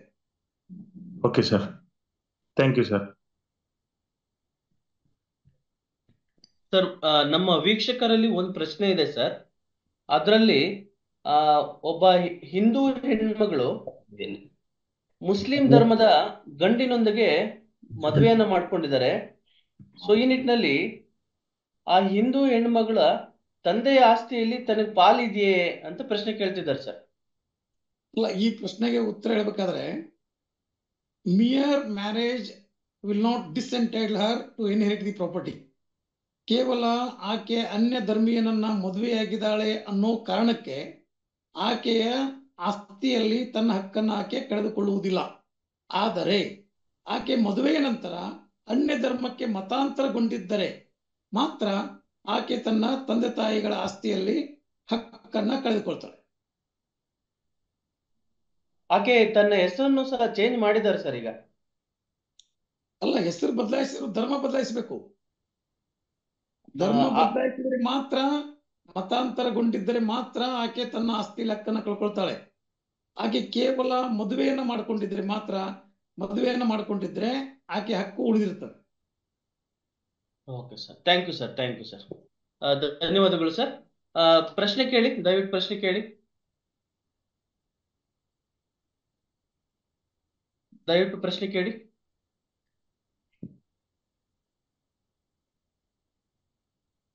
ಸರ್ ಪ್ರಶ್ನೆ ಏನು ಅಂತ ಇದೆ ಅಂದ್ರೆ, ಕೌಟುಂಬಿಕ ದೌರ್ಜನ್ಯ ಪ್ರಕರಣದಲ್ಲಿ ಅಂದಾಜು ಎಷ್ಟು ಹಣ ಪರಿಹಾರ ನ್ಯಾಯಾಲಯ ನೀಡುತ್ತದೆ ಅಂತ ಕೇಳ್ತಾರೆ ಸರ್. ಅಂದ್ರೆ ಡೊಮೆಸ್ಟಿಕ್ ವೈಲೆನ್ಸ್ ಆಕ್ಟ್ ದಲ್ಲಿ. ಹೌದು ಸರ್, ಹೌದು ಸರ್. ಡೊಮೆಸ್ಟಿಕ್ ವೈಲೆನ್ಸ್ ಆಕ್ಟ್ ದಲ್ಲಿ ಆಕೆಗೆ ರೈಟ್ ಟು ರೆಸಿಡೆನ್ಸ್ ಕೂಡ ಇದೆ. ರೈಟ್ ಟು ರೆಸಿಡೆನ್ಸ್ ಅಂದ್ರೆ ಗಂಡ ಆಕೆಯನ್ನ ತನ್ನ ಮನೆಯಿಂದ ಹೊರ ಹಾಕಿದ್ದ ಅಂದ್ರೆ ಆಕೆ ಆ ಮನೆಯಲ್ಲಿ ಇರ್ಲಿಕ್ಕೆ ಆಕೆಗೆ ಹಕ್ಕು ಇದೆ. ಮತ್ತು ಅದರ ಜೊತೆಗೆ ಆಕೆಗೆ ತನ್ನ ಗಂಡನಿಂದ ಜೀವನಾಂಶವನ್ನ ಪಡೆದುಕೊಳ್ತಕ್ಕಂಥ ಹಕ್ಕು ಕೂಡ ಇದೆ.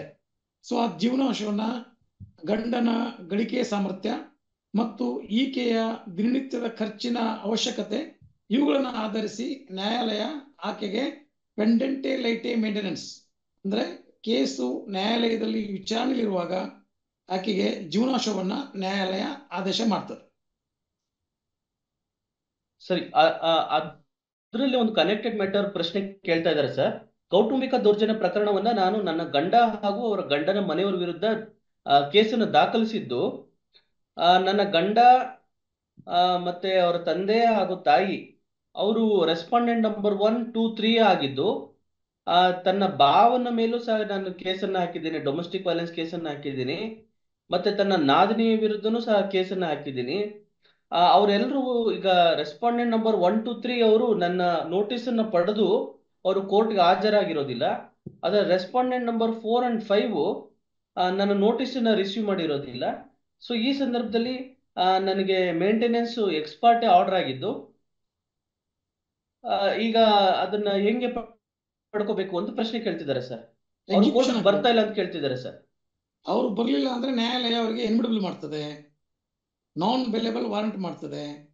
ಮತ್ತು ಇವರಿಗೆ ಆ ಮೇಂಟೆನೆನ್ಸ್ ಅನ್ನ ಪಡೆದುಕೊಳ್ಳಿಕ್ಕೆ 12 ತಿಂಗಳ ನಂತರ ಅವರೊಂದು ಎಕ್ಸಿಕ್ಯೂಷನ್ ಕೇಸ್ ಹಾಕೋಬಹುದು. ಎಕ್ಸಿಕ್ಯೂಷನ್ ದಲ್ಲಿ ಆ ದುಡ್ಡನ್ನ ವಸೂಲಿ ಮಾಡಲಿಕ್ಕೆ ನ್ಯಾಯಾಲಯ ಕ್ರಮ ಕೈಗೊಳ್ತದೆ. ಒಂದ್ ವೇಳೆ ಆತ ಆ ಮೇಂಟೆನೆನ್ಸ್ ಹಣವನ್ನ ಕೊಡ್ಲಿಲ್ಲ ಅಂದ್ರೆ ಆತ ಡಿಫಾಲ್ಟರ್ ಆಗ್ತಾನೆ. ಡಿಫಾಲ್ಟರ್ ಆದ್ರೆ ಆತನನ್ನ ಸಿವಿಲ್ ಪ್ರಿಸನ್ ಕೂಡ ಕಳಿಸ್ಲಿಕ್ಕೆ ಅವಕಾಶ ಇದೆ. ಡೊಮೆಸ್ಟಿಕ್ ವೈಲೆನ್ಸ್ ಕೇಸ್ ನಲ್ಲಿ NBW ಇಶ್ಯೂ ಮಾಡ್ತಾರಾ ಸರ್? ಹೌದು, that is a criminal offence ಅಲ್ಲ ಅದು. That amounts to criminal offence, that is punishable. Okay sir, ಧನ್ಯವಾದಗಳು sir. How you secure their presence? Okay, ನೀವು ಅವ್ರಿಗೆ ವಾರಂಟ್ ಮಾಡಲಿಲ್ಲ ಅಂದ್ರೆ how you will secure their presence? Yes sir, yes sir. ಅವರ ಹಾಜರಾತಿಯನ್ನು ಹೆಂಗೆ ಖಾತ್ರಿಪಡಿಸ್ತೀರಿ ನೀವು?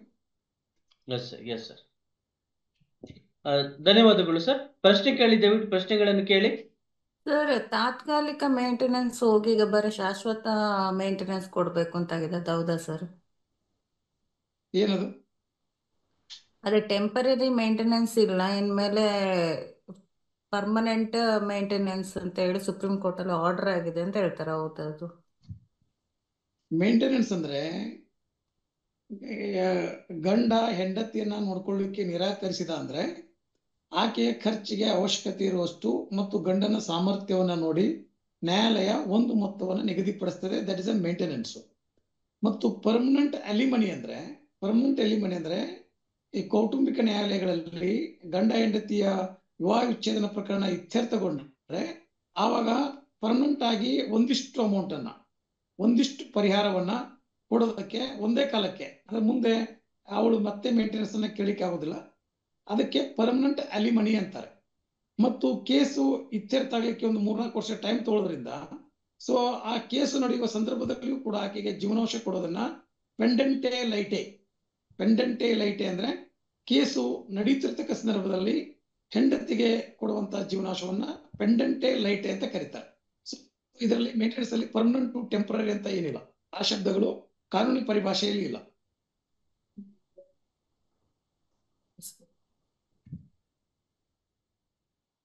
ಧನ್ಯವಾದಗಳು ಸರ್. ಪ್ರಶ್ನೆಯನ್ನ ಕೇಳಿ, ಅನ್ಮ್ಯೂಟ್ ಅನ್ನ ಮಾಡ್ಕೊಂಡು ಪ್ರಶ್ನೆ ಕೇಳಿ. ಸರ್ ಒಂದು ಪ್ರಶ್ನೆ ಕೇಳ್ತಾರೆ ಸರ್. ಏನು ಅಂದ್ರೆ, ಸ್ತ್ರೀಧನ ಪಡೆದ ಮಹಿಳೆಗೆ ಒಟ್ಟು ಕುಟುಂಬದ ಆಸ್ತಿಯಲ್ಲಿ ವಿಭಾಗ ಸಿಗುವುದೇ? ಅಂದ್ರೆ ಮದುವೆ ಮಾಡ್ಕೊಳ್ಳೋ ಟೈಮ್ನಲ್ಲಿ ಆಕೆಗೆ ಒಡವೆಗಳನ್ನ ಕೊಟ್ಟಿರ್ತಾರೆ, ಮತ್ತೆ ಖರ್ಚು ಮಾಡಿ ಮದುವೆನ ಮಾಡಿರ್ತಾರೆ. ಆದ್ರೂ ಸಹ ಆಕೆಗೆ ಒಟ್ಟು ಕುಟುಂಬದ ಆಸ್ತಿಯಲ್ಲಿ ವಿಭಾಗ ಸಿಗುವುದೇ ಅಂತ ಪ್ರಶ್ನೆ ಕೇಳ್ತಿದ್ದಾರೆ. ಸಿಗ್ತದೆ. ಅದು ಸ್ತ್ರೀಧನ ಪ್ರಾಪರ್ಟಿ ಅಂದ್ರೆ ಆಕೆಗೆ ಬಂದಂತ ಗಿಫ್ಟ್ ಇರ್ಬೋದು, ಆಕೆಯ ಸ್ವಯಾರ್ಜಿತ ಆಸ್ತಿ ಇರ್ಬೋದು, ಅದು ಆಕೆಯ ಸ್ವಂತ ಸ್ವತ್ತು. That is covered under section 14 of Hindu succession act. ಅದು ಸ್ತ್ರೀಧನ ಪ್ರಾಪರ್ಟಿ ಮತ್ತು ಅದರ ಮೇಲೆ ಆಕೆಗೆ ಸಂಪೂರ್ಣವಾದಂತ ಅಧಿಕಾರ ಇದೆ. C is the absolute owner of that property. ಮೊದಲು ಹೆಣ್ಮಕ್ಳಿಗೆ ಆಸ್ತಿಯಲ್ಲಿ ಹಕ್ಕಿರಲಿಲ್ಲ. 1937ದಲ್ಲಿ ವುಮೆನ್ಸ್ ರೈಟ್ ಟು ಪ್ರಾಪರ್ಟಿ ಅಂತ ಆಕ್ಟ್ ದಲ್ಲಿ ಹೆಣ್ಮಕ್ಳಿಗೆ ಕೇವಲ ಲೈಫ್ ಇಂಟ್ರೆಸ್ಟ್ ಮಾತ್ರ ಇತ್ತು.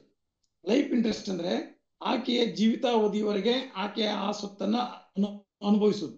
ಆಕೆಗೆ ಅಲಿನೇಬಲ್ ರೈಟ್ ಇರಲಿಲ್ಲ.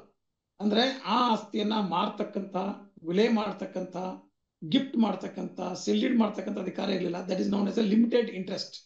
So that is known as a life interest.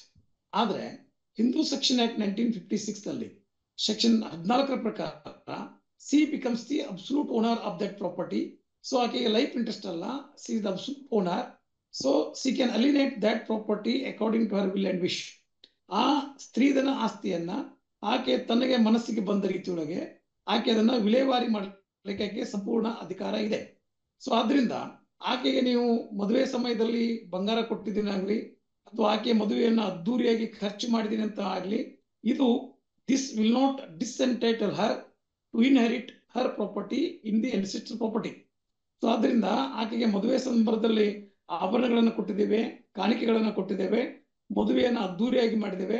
ಹೀಗಾಗಿ ಆಕೆ ತನ್ನ ತಂದೆ ತಾಯಿಗಳ ಆಸ್ತಿಯಲ್ಲಿ ಹಕ್ಕನ್ನ ಕಳೆದುಕೊಳ್ತಾಳೆ ಅಂತಕ್ಕಂಥ ವಾದ ಸರಿಯಾದ ವಾದ ಅಲ್ಲ. ಸೊ ಈಗ 2005ರಲ್ಲಿ ಸೆಕ್ಷನ್ 6ಗೆ ತಿದ್ದುಪಡಿಯನ್ನ ತಂದಿರೋದ್ರಿಂದ the daughter is also copartner like a son. So ಮಗಳು ಕೂಡ ಮಗನಂತಾನೆ ಒಬ್ಬ ದಾಯಾದಿ ಆಗಿರೋದ್ರಿಂದ ಗಂಡು ಮಗನಷ್ಟೇ ಹೆಣ್ಣು ಮಗಳು ಕೂಡ ಸಮಾನವಾದಂತಹ ಪಾಲು ಇವತ್ತು ಸಿಗ್ತದೆ. ಸರ್ ಇನ್ನೊಂದು ಪ್ರಶ್ನೆ ಏನಂತಂದ್ರೆ, ಇದೇ ಒಂದು ನಿಟ್ಟಿನಲ್ಲಿ ಸ್ತ್ರೀಧನದ ವಿಚಾರವಾಗಿ ಪ್ರಶ್ನೆ ಇದೆ ಸರ್. ಗಂಡ ಹೆಂಡತಿ ಕಲಹವಿದ್ದಾಗ ಸ್ತ್ರೀಧನವನ್ನು ಹೆಂಡತಿಯಾದವಳು ಹೇಗೆ ಪಡೆಯಬೇಕು?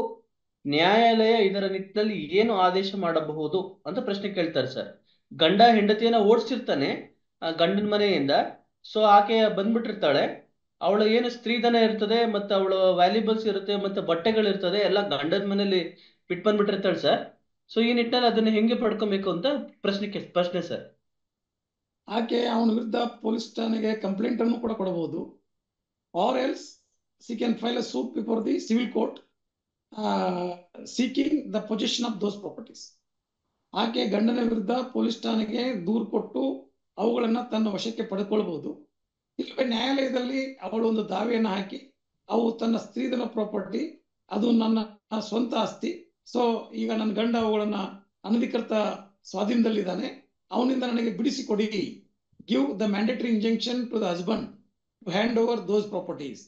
ಆ ರೀತಿಯೊಳಗೆ ಆಕೆ ಮ್ಯಾಂಡೇಟರಿ ಇಂಜೆಕ್ಷನ್ ದಾವೆಯನ್ನು ಕೂಡ ಜುರಿಸ್ಡಿಕ್ಷನಲ್ ನ್ಯಾಯಾಲಯದಲ್ಲಿ ಹಾಕ್ಲಿಕ್ಕೆ ಅವಕಾಶ ಇದೆ. ನನ್ ಗಂಡ ಹೇಳ್ತಾನೆ ಸರ್, ನನ್ನ ಹತ್ರ ಏನೂ ಇಲ್ಲ, ಎಲ್ಲ ತಗೊಂಡು ಹೋಗ್ಬಿಟ್ಟಿದ್ದಾಳೆ ಅಂತ ಸುಳ್ಳು ಹೇಳ್ತಾನೆ sir. Then it is a matter of trial. ಯಾರು ಸತ್ಯ ಹೇಳ್ತಿದ್ದಾರೆ, ಯಾರು ಸುಳ್ಳು ಹೇಳ್ತಿದ್ದಾರೆ ಅನ್ನೋದು it is a matter of trial. ಅದಕ್ಕೆ ಮತ್ತು ನ್ಯಾಯಾಲಯ ವಿಚಾರಣೆಯನ್ನ ಮಾಡ್ತದೆ. ಧನ್ಯವಾದಗಳು ಸರ್. ಪ್ರಶ್ನೆ ಕೇಳಿ, ದಯವಿಟ್ಟು ಪ್ರಶ್ನೆ ಕೇಳಿ. Manjula HN, advocate, Tumakuru. ಪ್ರಶ್ನೆ ಏನಾದ್ರು ಇದೆಯಾ ಮೇಡಮ್? ಸರ್, ಮಗುವಿನ ಕಸ್ಟಡಿ ಕೇಳುವಾಗ ಮಕ್ಕಳೇ ತಾಯಿ ಹತ್ರ ನೋಡ್ಲಿಕ್ಕೆ ಇಷ್ಟ ಇಲ್ಲ ಅಂತ ಹೇಳಿದ್ರೆ ಮಗುವಿಗೆ ಕಸ್ಟಡಿ ಸಿಗುದಿಲ್ವಾ ತಾಯಿಗೆ? ಈಗ ಸರ್ವೋಚ್ಚ ನ್ಯಾಯಾಲಯ ಏನ್ ಹೇಳಿದೆ ಅಂದ್ರೆ, up to the age of 5 years mother is the natural custodian ಅಂತ ಹೇಳಿದೆ. ಆದ್ರೆ 5 ವರ್ಷದ ನಂತರ ಸೊ ತಂದೆಗೆ ಕೊಡಬಹುದು ಅಂತ ಇದೆ. ಆದ್ರೆ ಸರ್ವೋಚ್ಚ ನ್ಯಾಯಾಲಯ ಏನ್ ಹೇಳ್ತದೆ ಅಂದ್ರೆ the rights of the parties is not important, but the welfare of the child is important. So ಈ ದಂಪತಿಗಳ ಹಕ್ಕು ಮುಖ್ಯ ಅಲ್ಲ, ಆದ್ರೆ ಮಗುವಿನ ಹಿತರಕ್ಷಣೆ, ಮಗುವಿನ ಭವಿಷ್ಯ, ಮಗುವಿನ ಕಲ್ಯಾಣ ಮುಖ್ಯ ಅಂತ ಸರ್ವೋಚ್ಚ ನ್ಯಾಯಾಲಯ ಅನೇಕ ತೀರ್ಪುಗಳಲ್ಲಿ ಹೇಳಿದೆ. ಹಂಗ ಆ ಮಗು ಯಾರ ಕಡೆ ಇದ್ರೆ ಅದರ ಭವಿಷ್ಯ ಚೆನ್ನಾಗಿ ರೂಪಣೆ ಆಗ್ತದೆ, ಯಾರು ಆ ಮಗುವಿಗೆ ಒಳ್ಳೆಯ ವಿದ್ಯಾಭ್ಯಾಸವಾಗಲಿ ಒಳ್ಳೆಯ ಒಂದು ಬದುಕನ್ನ ಕಟ್ಟಿಕೊಡುವಲ್ಲಿ ಯಾರು ಸಮರ್ಥರಿದ್ದಾರೆ ಅನ್ನೋದನ್ನ ವಿಚಾರಿಸಿ ನ್ಯಾಯಾಲಯ ಕಸ್ಟಡಿಗೆ ಕೊಡ್ತದೆ. ಸೊ ಮಗುನೇ ತಾಯಿ ಕಡೆ ಹೋಗುವುದಿಲ್ಲ ಅಂತ ಅದು ಹೇಳಿದಾಗ ಸೊ ನ್ಯಾಚುರಲಿ ಆ ಮಗುವನ್ನ ತಂದೆ ಕಸ್ಟಡಿಗೆ ಕೊಡ್ಲಾಗ್ತದೆ. ಬಟ್ ವಿಸಿಟಿಂಗ್ ಪೀರಿಯಡ್ ಇರ್ತದಲ್ಲ ಸರ್? ಅದಿದೆ, ಅದು ವಿಸಿಟಿಂಗ್ ರೈಟ್ಸ್ ಇದೆ. ಆ ವಿಸಿಟಿಂಗ್ ರೈಟ್ಸ್ ಅನ್ನ ನ್ಯಾಯಾಲಯ ನಿರ್ಧರಿಸ್ತದೆ. ಅಂದ್ರೆ ಈಗ ರಜಾ ದಿನಗಳಲ್ಲಿ, ಈಗ ಅಕ್ಟೋಬರ್ ರಜೆಯಲ್ಲಿ 1 ತಿಂಗಳು ತಾಯಿ ಕಡೆ, ಸೊ ಬೇಸಿಗೆ ರಜೆಯಲ್ಲಿ 1 ತಿಂಗಳು ತಾಯಿ ಕಡೆ, ಅಥವಾ ಹಬ್ಬ ಹರಿದಿನಗಳಲ್ಲಿ ಒಂದು 4-5 ಹಬ್ಬಗಳು ತಾಯಿ ಕಡೆ, 4-5 ಹಬ್ಬಗಳು ತಂದೆ ಕಡೆ, ಅಥವಾ ಪ್ರತಿ ತಿಂಗಳು ಒಂದು ರವಿವಾರ ಇನ್ ಬಿಟ್ವೀನ್ 10 to 5 PM ಆ ರೀತಿ ಒಳಗೆ ತಾಯಿಗೆ ವಿಸಿಟಿಂಗ್ ರೈಟ್ಸ್ ಅನ್ನ ನ್ಯಾಯಾಲಯ ಕೊಡಬಹುದು. ಕೊಟ್ರು ಸರ್, ಮಕ್ಕಳು ನೋಡ್ಲಿಕ್ಕೆ ವಿಸಿಟ್ ಮಾಡ್ಲಿಕ್ಕೆ ಇಷ್ಟ ಇಲ್ಲ ಅಂತ ಹೇಳಿದ್ರೆ ಒತ್ತಾಯ ಮಾಡುವಾಗಿಲ್ಲ ಅಲ್ಲ ಸರ್? ಒತ್ತಾಯ ಮಾಡ್ಲಿಕ್ಕೆ ಆಗೋದಿಲ್ಲ, ಬಟ್ ಆದ್ರೂ we should balance these things. These are all emotional and sentimental matters. So ತಾಯಿಗೂ ಕೂಡ ತನ್ನ ಮಗುವನ್ನು ನೋಡ್ತಕ್ಕಂತ ಒಂದು ಮಮತೆ, ಅಭಿಲಾಷೆ ಇದ್ದೇ ಇರ್ತದೆ. ಸೊ ಆದ್ದರಿಂದ these are all the sentimental and emotional matters. So ಇವುಗಳನ್ನ ನ್ಯಾಯಾಲಯ ಸೂಕ್ಷ್ಮವಾಗಿ ಹ್ಯಾಂಡಲ್ ಮಾಡ್ತದೆ. ಸೊ ಆ ತಾಯಿಗೆ ಮಗುವನ್ನ ತಿಂಗಳಲ್ಲಿ 1 ಸಲನೋ ಅಥವಾ 2 ಸಲನೋ ಸೊ ನಿರ್ದಿಷ್ಟಪಡಿಸಿದ ದಿನದಂದು ನೋಡ್ಲಿಕ್ಕೆ ಅವಕಾಶವನ್ನ ನ್ಯಾಯಾಲಯ ಕಲ್ಪಿಸ್ತದೆ, ಮತ್ತು ಅದಕ್ಕೆ ಅದರ್ ಪಾರ್ಟಿ ಕೂಡ ಸಹಕಾರವನ್ನ ಮಾಡಬೇಕು. Thank you sir. ಧನ್ಯವಾದಗಳು ಮೇಡಮ್. ಪ್ರಶ್ನೆ ಕೇಳಿ.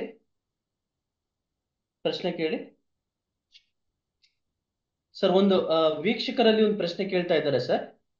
ಏನು ಅಂತಂದ್ರೆ, ನಮ್ಮ ತಂದೆಗೆ ನಾವು 3 ಜನ ಮಕ್ಕಳಿದ್ದೀವಿ. ಸೊ ನಮ್ಮ ತಂದೆಯವರು ಜೀವಿತ ಕಾಲದಲ್ಲಿ ಇದ್ದಂತ ಸಂದರ್ಭದಲ್ಲಿ ಸರ್ಕಾರಿ ನೌಕರಿಲಿದ್ರು. ಸೊ ಸರ್ಕಾರಿ ನೌಕರಿಲಿದ್ದು ಪ್ರಾಪರ್ಟಿಯನ್ನ ಪರ್ಚೇಸ್ ಮಾಡಬೇಕಾದ್ರೆ ಪ್ರತಿ 3 ಜನ ಮಕ್ಕಳಿಗೂ ಒಂದೊಂದು 3 ಜನ ಮಕ್ಕಳು ಹೆಸರಿಗೂ ನೇರವಾಗಿ ಆ ಪ್ರಾಪರ್ಟಿಯನ್ನ ಖರೀದಿಸಿದ್ದಾರೆ. ಸೊ ಈ ನಿಟ್ಟಿನಲ್ಲಿ ಇನ್ನೂ ಹೆಚ್ಚು ಪ್ರಾಪರ್ಟಿಗಳನ್ನ ಬ್ರದರ್ಸ್ ನಡುವೆ ಹೆಚ್ಚೆಚ್ಚು ಪ್ರಾಪರ್ಟಿಗಳನ್ನ ಖರೀದಿಸಿದ್ದಾರೆ. ನಾನು ಕೊನೆ ಬ್ರದರ್ ಆಗಿದ್ದು, ಕೊನೆ ಸಿಸ್ಟರ್ ಆಗಿದ್ದು. ಈಗ ನನಗೆ ತಮ್ಮ ತಂದೆಯವರು ತೀರೋಗಿದ್ದಾರೆ. ಈಗ ಪಾರ್ಟಿಷನ್ ನಾವು ಕೇಳ್ಬೋದಾ ಅಂತ ಪ್ರಶ್ನೆ ಕೇಳ್ತಿದ್ದಾರೆ ಸರ್. ಕೇಳಬಹುದು, ಬಟ್ ಅಲ್ಲೇನು ಅವ್ರು ಪ್ರೂವ್ ಮಾಡ್ಬೇಕಂದ್ರೆ ಇವರು ನಮ್ಮ ಅಣ್ಣ ತಮ್ಮಂದ್ರಿಗೆ ಯಾವುದೇ ಇನ್ಕಮ್ ಇರಲಿಲ್ಲ, ಯಾವುದೇ ಸೋರ್ಸ್ ಆಫ್ ಇನ್ಕಮ್ ಇರಲಿಲ್ಲ. ಇದೆಲ್ಲ ನಮ್ಮ ತಂದೆ ಆಸ್ತಿ, ನಮ್ಮ ತಂದೆ ಮಕ್ಕಳ ಹೆಸರಲ್ಲಿ ಆಸ್ತಿಯನ್ನ ಖರೀದಿ ಮಾಡಿದ್ದಾರೆ. This is all the property of my father.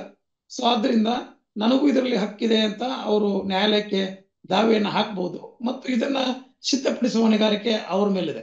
The burden of proof lies on the daughter who claims the share in those properties. Okay sir. So ಧನ್ಯವಾದಗಳು ಸರ್. ಪ್ರಶ್ನೆ ಕೇಳಿ. ಸರ್, ಮುಸ್ಲಿಮರಲ್ಲಿ ಈ ಮದುವೆ ಆಗುವ ಟೈಮಲ್ಲಿ ಹೆಂಡತಿಗೆ ಮಹರ್ ಅಂತ ಹೇಳಿ ಒಂದು ಚಿನ್ನ ಎಲ್ಲ ಕೊಟ್ಟಿರ್ತಾರಲ್ಲ ಸರ್, ಇಷ್ಟು ಅಮೌಂಟ್ ಅಂತ ಹೇಳಿ. ಆ ಅಮೌಂಟ್ ಡೈವರ್ಸ್ ಆದ ಟೈಮಲ್ಲಿ ಗಂಡ ವಾಪಸ್ ಕೇಳ್ಬೋದಾ? ಇಲ್ಲ.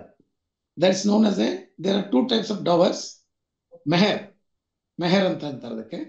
Prompt dower and deferred dower ಅಂತ ಬರ್ತದೆ, 2 ಕಾನ್ಸೆಪ್ಟ್ ಬರ್ತದೆ. ಸೊ ಮದುವೆ ಸಂದರ್ಭದಲ್ಲಿ ಕೊಡ್ತಕ್ಕಂಥದ್ದು ಪ್ರಾಂಪ್ಟ್ ಡವರ್, ತಕ್ಷಣ ಕೊಡ್ತಕ್ಕಂಥ ವಧು ದಕ್ಷಿಣೆ ಅದು. ನಂತರ ಡೆಫರ್ಡ್ ಡವರ್, ಸ್ವಲ್ಪ ದಿವಸ ಆದ್ಮೇಲೆ ಕೊಡ್ತಕ್ಕಂಥ ಡೆಫರ್ಡ್ ಡವರ್. ಆದ್ರೆ ಡೈವರ್ಸ್ ಆದ್ಮೇಲೆ ಅದು ಆಕೆಯ ಒಂಥರ ಸ್ತ್ರೀಧನ ಪ್ರಾಪರ್ಟಿ ಇದ್ದಂಗೆ, it is a own property. So ಅದನ್ನ ಗಂಡ ವಾಪಸ್ ಕೇಳಲಿಕ್ಕೆ ಅವಕಾಶ ಇಲ್ಲ.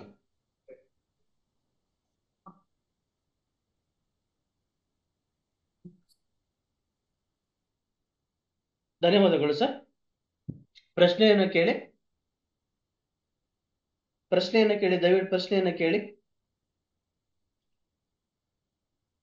ಮತ್ತು ಇನ್ನೊಂದು ಆ ಪ್ರಶ್ನೆಗೆ ಉತ್ತರ ಅಂದ್ರೆ, Hindu marriage sacrament, Muslim marriage contract, ಒಪ್ಪಂದ, ಕರಾರು. ಸೊ ಆ ಕರಾರು ಪೂರ್ತಿ ಆಗ್ಬೇಕಾದ್ರೆ there must be some consideration.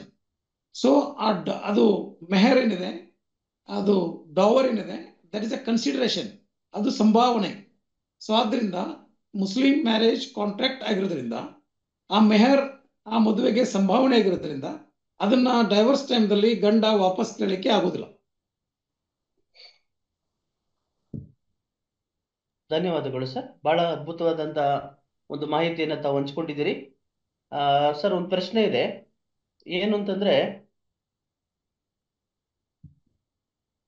ಅನೈತಿಕ ಸಂಬಂಧದಲ್ಲಿ ಇದ್ದು ಪುರುಷನಾದವನು ಸರ್ಕಾರಿ ಇಲಾಖೆಯಲ್ಲಿ ಕೆಲಸ ಮಾಡ್ತಿದ್ದು ಅವನು ಸತ್ತ ನಂತರ ಮರಣ ಪೆನ್ಷನ್ ದೊರಕುವುದೇ ಅಂತ ಪ್ರಶ್ನೆ ಕೇಳ್ತಿದ್ದಾರೆ ಸರ್. ಮಹಿಳೆ ಅನೈತಿಕ ಸಂಬಂಧದಲ್ಲಿದ್ದು ಪುರುಷನಾದವನು ಸರ್ಕಾರಿ ಇಲಾಖೆಯಲ್ಲಿ ಕೆಲಸ ಮಾಡ್ತಾ ಇದ್ದು ಅವನ ಸತ್ತ ನಂತರ ಅವನಿಗೆ ಬರುವಂತ ಡೆತ್ ಫಂಡ್ ಇರ್ಬೋದು ಅಥವಾ ಪೆನ್ಷನ್ ಇರ್ಬೋದು, ಈ ಅನೈತಿಕ ಸಂಬಂಧದಲ್ಲಿ ಇದ್ದಂತಹ ಮಹಿಳೆಗೆ ಸಿಗುತ್ತಾ ಅಂತ ಪ್ರಶ್ನೆ ಸರ್. ಈಗ ಯಾರು ಸರ್ಕಾರಿ ನೌಕರಿಯನ್ನು ಮಾಡ್ತಾರೆ ಅವರಿಗೆ KCSR ಅನ್ವಯ ಆಗ್ತದೆ. ಸೊ ಆದ್ರಿಂದ ಅವರು ನೌಕರಿಗೆ ಸೇರಿದ ನಂತರ ತಮ್ಮದು ಸರ್ವಿಸ್ ರೆಕಾರ್ಡ್ಸ್ ಅಲ್ಲಿ ತಮ್ಮ ನಾಮಿನಿ ಯಾರು, ತಮ್ಮ ಹೆಂಡತಿ ಯಾರು, ಮಕ್ಕಳು ಯಾರು ಅನ್ನೋದನ್ನ ನಮೂದು ಮಾಡ್ಬೇಕಾಗ್ತದೆ. ಸೊ ಒಂದು ವೇಳೆ ಆತ ಈ ಹೆಂಗಸನ್ನ ನಮೂದನೆ ಮಾಡಿಲ್ಲ ಅಂದ್ರೆ, so she is not the legally wedded wife, so she is a concubine. ಅವಳು ಇಟ್ಕೊಂಡವಳು ಅಂತಕ್ಕಂಥ ಒಂದು ಸ್ಥಾನಮಾನವನ್ನು ಪಡ್ಕೊಳ್ತಾಳೆ. ಸೊ ಅದಕ್ಕೆ ಕಾನೂನಲ್ಲಿ ಯಾವುದೇ ಮಾನ್ಯತೆ ಇರುವುದಿಲ್ಲ. There is no recognition in law that concubine is the legally wedded wife of that person. So ಅಷ್ಟೇ ಅಲ್ಲದೆ KCSR ದಲ್ಲೂ ಕೂಡ ಬಯಾಗಮಿ ಇಸ್ ಪ್ರೊಹಿಬಿಟೆಡ್. ಸೊ ಆತ ಮೊದಲನೇ ಹೆಂಡತಿ ಇದ್ದು ಇನ್ನೊಂದು ಹೆಂಗಸಿನ ಜೊತೆಗೆ ಮದುವೆ ಆಗಿದ್ದಾಗ್ಲಿ ಅಥವಾ ಅಕ್ರಮ ಸಂಬಂಧವಾಗ್ಲಿ ಅದಕ್ಕೆ ಯಾವುದೇ ಕಾನೂನು ಮಾನ್ಯತೆ ಇಲ್ಲ. ದಟ್ ಇವನ್ ಎರಡನೇ ಮದುವೆ ಆದ್ರೆ that amounts to bigamy under section 494 of IPC, punishable for 7 years imprisonment. So ಆದ್ರಿಂದ ಆಕೆಯನ್ನ ಸರ್ವಿಸ್ ರೆಕಾರ್ಡ್ಸ್ ನಲ್ಲಿ ತನ್ನ ನಾಮಿನಿಯಾಗಿ ಮಾಡದೇ ಇರೋದ್ರಿಂದ ಮತ್ತು ಅದಕ್ಕೆ ಯಾವುದೇ ಆ ಸಂಬಂಧಕ್ಕೆ ಯಾವುದೇ ಕಾನೂನು ಮಾನ್ಯತೆ ಇಲ್ಲದೆ ಇರೋದ್ರಿಂದ ಅವಳಿಗೆ ಆತನ ಫ್ಯಾಮಿಲಿ ಪೆನ್ಷನ್ ಆಗಲಿ ಮತ್ತು ಯಾವುದೇ ಬೆನಿಫಿಟ್ಸ್ ಆಗಲಿ ಸಿಗ್ತಕ್ಕಂತ ಸಾಧ್ಯತೆಗಳು ಇರುವುದಿಲ್ಲ. ಆಕೆಯ ಮಕ್ಕಳಿಗೆ ಸರ್? ಆಕೆಯ ಮಕ್ಕಳು ಕೂಡ ಅವಕ್ಕೂ ಕೂಡ ಮಾನ್ಯತೆ ಆಗಲ್ಲ. ಯಾಕಂದ್ರೆ ಇನ್ನೂ ನಾವು ಹಿಂದೂ ಲಾದಲ್ಲಿ ಹೋದ್ರೆ ಹಿಂದೂ ಕಾಂಡಲ್ಲಿ illegitimate children have got the equal rights that of the legitimate. So Hindu ಕಾಂಡಲ್ಲಿ ಅಪುರುಷ ಮಕ್ಕಳು ಕೂಡ ಅವರ ಸುಪುತ್ರರಂತಾನೆ ಹಕ್ಕನ್ನ ಹೊಂದಿರ್ತಾರೆ. ಬಟ್ ಇದು ಸರ್ಕಾರಿ ನಿಯಮಕ್ಕೆ ಒಳಪಟ್ಟಿರೋದ್ರಿಂದ ಈ ಇಲ್ಲೆಜಿಟಿಮೇಟ್ ಚೈಲ್ಡ್ಸ್ಗೆ ಈ KCSR ದಲ್ಲಿ ಯಾವುದೇ ಮಾನ್ಯತೆ ಇರುವುದಿಲ್ಲ. ಸೊ ಆದ್ರಿಂದ ಅವರನ್ನ ಕಾನೂನುಬದ್ಧ ಮಕ್ಕಳು ಅಂತ ಗುರುತಿಸಲಿಕ್ಕೆ ಆಗುದಿಲ್ಲ. ಧನ್ಯವಾದಗಳು ಸರ್. ಮಂಜುಳಾ ಮೇಡಮ್ ಅವ್ರ ಪ್ರಶ್ನೆ ಇದೆಯಾ? ಹಾ ಸರ್, ಇದೆ ಸರ್. ನಮಸ್ತೆ. ನಮಸ್ತೆ. ಸರ್ ನಾನು ಇಲ್ಲಿ ಬಂದು ಸೆಕ್ಷನ್ 9 ಮೇಲೆ ಫ್ಯಾಮಿಲಿ ಕೋರ್ಟ್ ಅಲ್ಲಿ ಒಂದು ಕೇಸ್ ಹಾಕಿದ್ದೀನಿ. ಅದ್ ಬಂದು ಜಡ್ಜ್ಮೆಂಟ್ ಸ್ಟೇಜ್ ಅಲ್ಲಿ ಇದೆ. ಹಲೋ, ಹೇಳಿ. ಹಾ ಸರ್, ಜಡ್ಜ್ಮೆಂಟ್ ಸ್ಟೇಜ್ ಅಲ್ಲಿ ಇದೆ. ಬಟ್ ಅವ್ರು ಬಂದು ಬಳ್ಳಾರಿಲಿ 2 ಕೇಸು ಸೇಮ್ ಇದು ಹಾಕಿದ್ದಾರೆ. ಇಲ್ಲಿ ಬಂದು ಎಕ್ಸ್ಪರ್ಟಿ ಆಗಿದೆ, ಇಲ್ಲಿ ಕೋರ್ಟ್ಗೆ ಅವ್ರು ಬಂದೇ ಇಲ್ಲ ಇದುವರೆಗಾಗಿ. ಬಟ್ ಅಲ್ಲಿ ಬಂದು DV ಆಕ್ಟ್ ಅಲ್ಲಿ ಕೇಸ್ ಹಾಕಿದ್ದಾರೆ, ಮತ್ತೆ ಮೇಂಟೆನೆನ್ಸ್ ಗೆ ಕೇಸ್ ಹಾಕಿದ್ದಾರೆ. DV ಆಕ್ಟ್ ಅಪ್ಲೈ ಆಗ್ಬೇಕಂತಂದ್ರೆ ಅವ್ರಿಬ್ರು ಜೊತೆಲಿದ್ರೆ ಮಾತ್ರ DV ಆಕ್ಟ್ ಅಪ್ಲೈ ಆಗುತ್ತೆ. ಬಟ್ ಅವ್ರು ಬಂದು ಇಲ್ಲಿ ಜೊತೆಲಿ ಇಲ್ಲ, ಮದ್ವೆ ಆದ 2 ತಿಂಗಳು ಕೂಡ ಜೊತೆಲಿಲ್ಲ. ಇವ್ರಿಗೆ DV ಆಕ್ಟ್ ಅಪ್ಲೈ ಆಗುತ್ತೆ ಸರ್? ನೀವು ಯಾರ ಪರವಾಗಿ ಕೇಸ್ ಹಾಕಿದ್ದು? ಸರ್ ನಾನ್ ಬಂದು ಹುಡುಗನ ಕಡೆ ರೆಸ್ಪಾಂಡೆಂಟ್. ಹಲೋ, ನೀವು ಸೆಕ್ಷನ್ 9 ಆಫ್ ಅಂದ್ರೆ ನೀವು ರೆಸ್ಟಿಟ್ಯೂಷನ್ ಆಫ್ ಕಂಜುಗಲ್ ರೈಟ್ಸ್ ಅಂತ ಹಾಕೊಂಡಿದ್ದೀರಿ ನೀವು? ಹಾ ಸರ್, ಸೆಕ್ಷನ್ 9 ಹಾಕಿದ್ದೀನಿ. ಬೇಕು ವೈವಾಹಿಕ ಹಕ್ಕುಗಳ ಮರುಸ್ಥಾಪನೆ ಕೋರಿ ನೀವು ಅರ್ಜಿ ಹಾಕಿದ್ರಿ. ಹೌದು ಹೌದು. ಹೆಂಡತಿಗೆ ನನ್ನ ಜೊತೆಗೆ ಬಂದು ಜೀವನ ಮಾಡ್ಲಿಕ್ಕೆ ನಿರ್ದೇಶನ ನೀಡಿ ಅಂತ ನಿಮ್ ಕೇಸು. ಹೌದು ಸರ್. ಸೊ ಆಕೆ ಬಂದು ಕಂಟೆಸ್ಟ್ ಮಾಡ್ಬೇಕಾಗಿತ್ತು, ಕಂಟೆಸ್ಟ್ ಮಾಡ್ಬೇಕಾಗಿತ್ತು. ಬಟ್ ಅವರು ಎಕ್ಸ್ಪರ್ಟಿ ಮಾಡಿದ್ದಾರೆ, ಸಮನ್ಸ್ ರಿಸೀವ್ ಮಾಡ್ಕೊಂಡು ಅವ್ರು ಕೋರ್ಟಿಗೆ ಬಂದಿಲ್ಲ. ಎಕ್ಸ್ಪರ್ಟಿ ಆರ್ಡರ್ ಆಗ್ತದೆ, ನಿಮ್ದು ಡಿಕ್ರಿ ಆಗ್ತದೆ. ಡಿಕ್ರಿ ಆದ್ರೂ that cannot be executed forcefully. So ಆಕೆಗೆ ನೀನು ನಿನ್ ಗಂಡ ಜೊತೆಗೆ ಬಂದು ಬಾಳ್ವೆ ಮಾಡುವಂತ ಕಡ್ಡಾಯ ಮಾಡ್ಲಿಕ್ಕೆ ಆಗೋದಿಲ್ಲ. That becomes a ground for divorce. Desertion ಅಂತ ನೀವು ಡೆಸರ್ಷನ್ ಅಂತ ಕಾರಣ ಇಟ್ಕೊಂಡು ನೀವು ಡೈವರ್ಸ್ ಕೋರಿ ನೀವು ಅರ್ಜಿಯನ್ನು ಹಾಕ್ಲಿಕ್ಕೆ ಅವಕಾಶ ಆಗ್ತದೆ. ಮತ್ತೆ ನನ್ ಕ್ವಶನ್ ಏನಂದ್ರೆ, ಇವ್ರು ಬಂದು ಮದ್ವೆ ಆಗಿ 2 ತಿಂಗಳು ಕೂಡ ಜೊತೆಲಿಲ್ಲ. ಅಲ್ಲಿ ಹೋಗಿ 6 ತಿಂಗಳಾದ್ಮೇಲೆ DV ಆಕ್ಟ್ ಕೆಳಗಡೆ ಅವ್ರ ಮೇಲೆ ಕೇಸ್ ಹಾಕಿದ್ದಾರೆ. ಅದು ಅಪ್ಲಿಕೇಬಲ್ ಆಗದಲ್ವಾ ಅಂತ. ಹಾಕ್ತಾರ. ನೀವು ಗಂಡು ಮನೆಯಲ್ಲಿದ್ದಾಗ ತೊಂದರೆ ಮಾಡಿದಿರಿ, ಪೀಡಿಸಿದಿರಿ, ಕಿರುಕುಳ ನೀಡಿದಿರಿ, ಮಾನಸಿಕ ಮತ್ತು ದೈಹಿಕ ಹಲ್ಲೆ ಮಾಡಿದಿರಿ ಅಂತ ಹಾಕ್ತಾರ ಅವರು. ಹೌದು ಸರ್, ಹಾಕಿದ್ದಾರೆ, ಆಲ್ರೆಡಿ ಹಾಕಿದ್ದಾರೆ. ಮೇಂಟೆನೆನ್ಸ್ ಹಾಕಿದ್ದಾರೆ, DV ಆಕ್ಟ್ ಕೆಳಗಡೆನೂ ಹಾಕಿದ್ದಾರೆ. ಬಟ್ ಅವ್ರ ಜೊತೆಲಿ DV ಆಕ್ಟ್ ಅಪ್ಲೈ ಆಗುತ್ತೆ ಸರ್? ಅಲ್ಲ, ನೀವು ಅಲ್ಲಿ ಇದ್ದಾಗ ಕಿರುಕುಳ ಮಾಡಿದ್ರಿ ಅಂತ ಕೇಸ್ ಅವ್ರದ್ದು. ಈಗ ದೂರ ಬಟ್ ಇರ್ಬೋದು, ಬಟ್ ಸರ್ ಏನ್ ಎರಡು ತಿಂಗಳು ಇದ್ರಿ, 2 ತಿಂಗಳಲ್ಲಿ ನೀವು ನಮಗೆ ನರಕ ತೋರಿಸಿದಿರಿ ಅಂತ ಅವ್ರ ವಾದ. ಹೌದು ಸರ್, ಅವ್ರ ವಾದ ಅದು. ಹೌದು, ಬಟ್ ಅವ್ರ ಅವ್ರ ವಾದ. ಜೊತೆಲಿ ಇದ್ರೆ ಡಿವಿ ಆಕ್ಟ್ ಅಪ್ಲೈ ಆಗುತ್ತೆ ಸರ್? ನೋ ಅವಳು ಹೇಳೋದಂದ್ರೆ ನೀವು ಈಗ ಜೊತೆಲಿ ಇರದೇ ಇರ್ಬೋದು, ಬಟ್ ನಾ ಏನು 2 ತಿಂಗಳಿದ್ನಲ್ಲ, 2 ತಿಂಗಳಿರೋ ಸಮಯದಲ್ಲಿ ನೀವು ನಮಗೆ ಕೊಡಬಾರದ ಕಷ್ಟ ಕೊಟ್ಟಿದ್ದೀರಿ, ಕಿರುಕುಳ ಮಾಡಿದಿರಿ. ನೀವು ಕಿರುಕುಳವನ್ನ ಸಹಿಸಲಾರದೆ ನಾನು ಮನೆ ಬಿಟ್ಟು ಹೋಗ್ತಕ್ಕಂಥ ಪರಿಸ್ಥಿತಿ ಬಂದಿದೆ. ಅದಕ್ಕೆ ಡಿವಿ ಆಕ್ಟ್ ಮೇಲೆ ನಿಮ್ ಕೇಸ್ ಹಾಕಿದ್ರೆ ನೀವು ಬಹಳ ತೊಂದರೆ ಮಾಡಿದ್ರಿ ಅಂತ ಅವ್ರ ಕೇಸು ಮತ್ತು ಜೀವನಾಂಶಕ್ಕೆ ಅರ್ಜಿ ಹಾಕ್ತಾರ. ಹೌದು ಸರ್. ಮತ್ತೆ ನಾನು ಇಲ್ಲಿ ಬಂದು ಸೆಕ್ಷನ್ 9 ಆರ್ಡರ್ ಆದ್ಮೇಲೆ ಅದನ್ನ ಇಟ್ಕೊಂಡು ನಾನು ಅಲ್ಲಿ ಇದನ್ನ ಡಿವಿ ಆಕ್ಟ್ ಮತ್ತೆ ಮೇಂಟೆನೆನ್ಸ್ ನ ಇದನ್ನ ಮಾಡ್ಸೋದಕ್ಕಾಗುತ್ತೆ ಸರ್? ನೀವು ಹೇಳಿ, it's matter of trial. It's A matter of trial. Maintenance ನೀವು ಹೇಳ್ಬೋದು, ನಾನೇನು ಅವಳು ನಿರಾಕರಿಸಿಲ್ಲ, ನಾನು ಅವಳು ನೋಡ್ಕೊಳ್ಳಿಕ್ಕೆ ರೆಡಿ ಇದ್ದೀನಿ, ಅವಳೇ ನನ್ನ ಜೊತೆಗೆ ಬಾಳೆ ಮಾಡಕ್ಕೆ ಇಷ್ಟ ಇಲ್ಲ. So there is no negligence on my part. I never refuse to maintain her. ನಿಮ್ಗೆ ಕಂಟೆನ್ಷನ್ ಅದ, ಆ ಕೋರ್ಟ್ದಲ್ಲಿ ನೀವು ಹೇಳ್ಬೇಕು. Okay sir, thank you. ಧನ್ಯವಾದಗಳು madam. Okay sir, thank you. Ambika madam ಅವ್ರ ಪ್ರಶ್ನೆ ಇದೆಯಾ? ಸರ್, ಆಗ್ಲೇ ಹೇಳಿದಾಗೇನೆ ನೀವು ಆಗ್ಲೂ ಅನೈತಿಕ ಸಂಬಂಧದಿಂದ ಬಂದಂತದೊಂದು ಹೇಳಿದ್ರಲ್ಲ ಸರ್, ಆ ಒಂದು ಗೌರ್ಮೆಂಟ್ ಜಾಬಿನಲ್ಲಿ ಬೆನಿಫಿಟ್ ಸಿಗ್ತದ ಅಂತೇಳಿ. ಇನ್ ಕೇಸ್ ಅವ್ರ ಫಸ್ಟಿನ ವೈಫ್ ಇವನನ್ನು ಬಿಟ್ಟು ಹೋಗಿದ್ರು, ಇವನ ಹಸ್ಬೆಂಡ್ ಇನ್ನೊಬ್ಳನ್ನು ಮದುವೆ ಆಗಿ ಅದರಲ್ಲಿ ಮಕ್ಕಳು ಎಲ್ಲ ಆಗಿದ್ರು, ಈ ಫಸ್ಟ್ನ ವೆಡ್ಡೆಡ್ ವೈಫ್ ಏನ್ ಮಾಡ್ತಾಳೆ, ಇನ್ನೊಬ್ಳನ್ನು ಮದುವೆ ಆಗಿ ಅದು ಯಾವುದೇ ರೀತಿಯ ಲೀಗಲಿ ಡೈವರ್ಸ್ ಆಗದೇ ಇದ್ರು ಸಹ ಇದು ಪ್ರೊಸೀಜರ್ ಅಲ್ಲಿ ಫಸ್ಟ್ ವೆಡೆಡ್ ಇವಳ ಹೆಸರು ಇದ್ರೆ ಈಗ ಬೆನಿಫಿಟ್ ಯಾರಿಗೆ ಹೋಗುವಂತದ್ದು? ಹಾಗಲ್ಲ, ನೀವು ಮೊದಲನೇ ಹೆಂಡತಿ ನಿಮ್ಮನ್ನ ಬಿಟ್ಟು ಹೋದಾಗ ನೀವು ಡೈವರ್ಸ್ ಹಾಕೋಬೇಕಾಗಿತ್ತು. ಅವ್ರ ಕಡೆಯಿಂದ ಹಾಕೊಳ್ಳಿಲ್ಲ. ಅಲ್ಲಲ್ಲ ಕೇಳಿ, ನೀವು ಅವ್ರ ಕಡೆಯಿಂದ ಡೈವರ್ಸ್ ತಗೊಂಡು ನೀವು ಆಮೇಲೆ 2ನೇ ಹೆಂಡತಿಯನ್ನ ನೀವು ಕಾರಣಬದ್ಧವಾಗಿ ಮದುವೆ ಆಗ್ಬೇಕಾಗಿತ್ತು. ನೀವು ಅವಾಗ ಕಾನೂನನ್ನ ಗೌರವಿಸಿಲ್ಲ. You have not respected the law at that time. So ನೀವು ಆ ಮೊದಲನೇ ಮದುವೆ ವಿವಾಹ ವಿಚ್ಛೇದನ ಆಗುವವರೆಗೆ ಇಲ್ವೇ ಆಕೆ ಜೀವಂತಿರುವವರೆಗೆ ಆ ಮದುವೆ ಊರ್ಜಿತವಾಗಿರ್ತದೆ. That marriage will be dissolved only through the competent court of ಲಾ.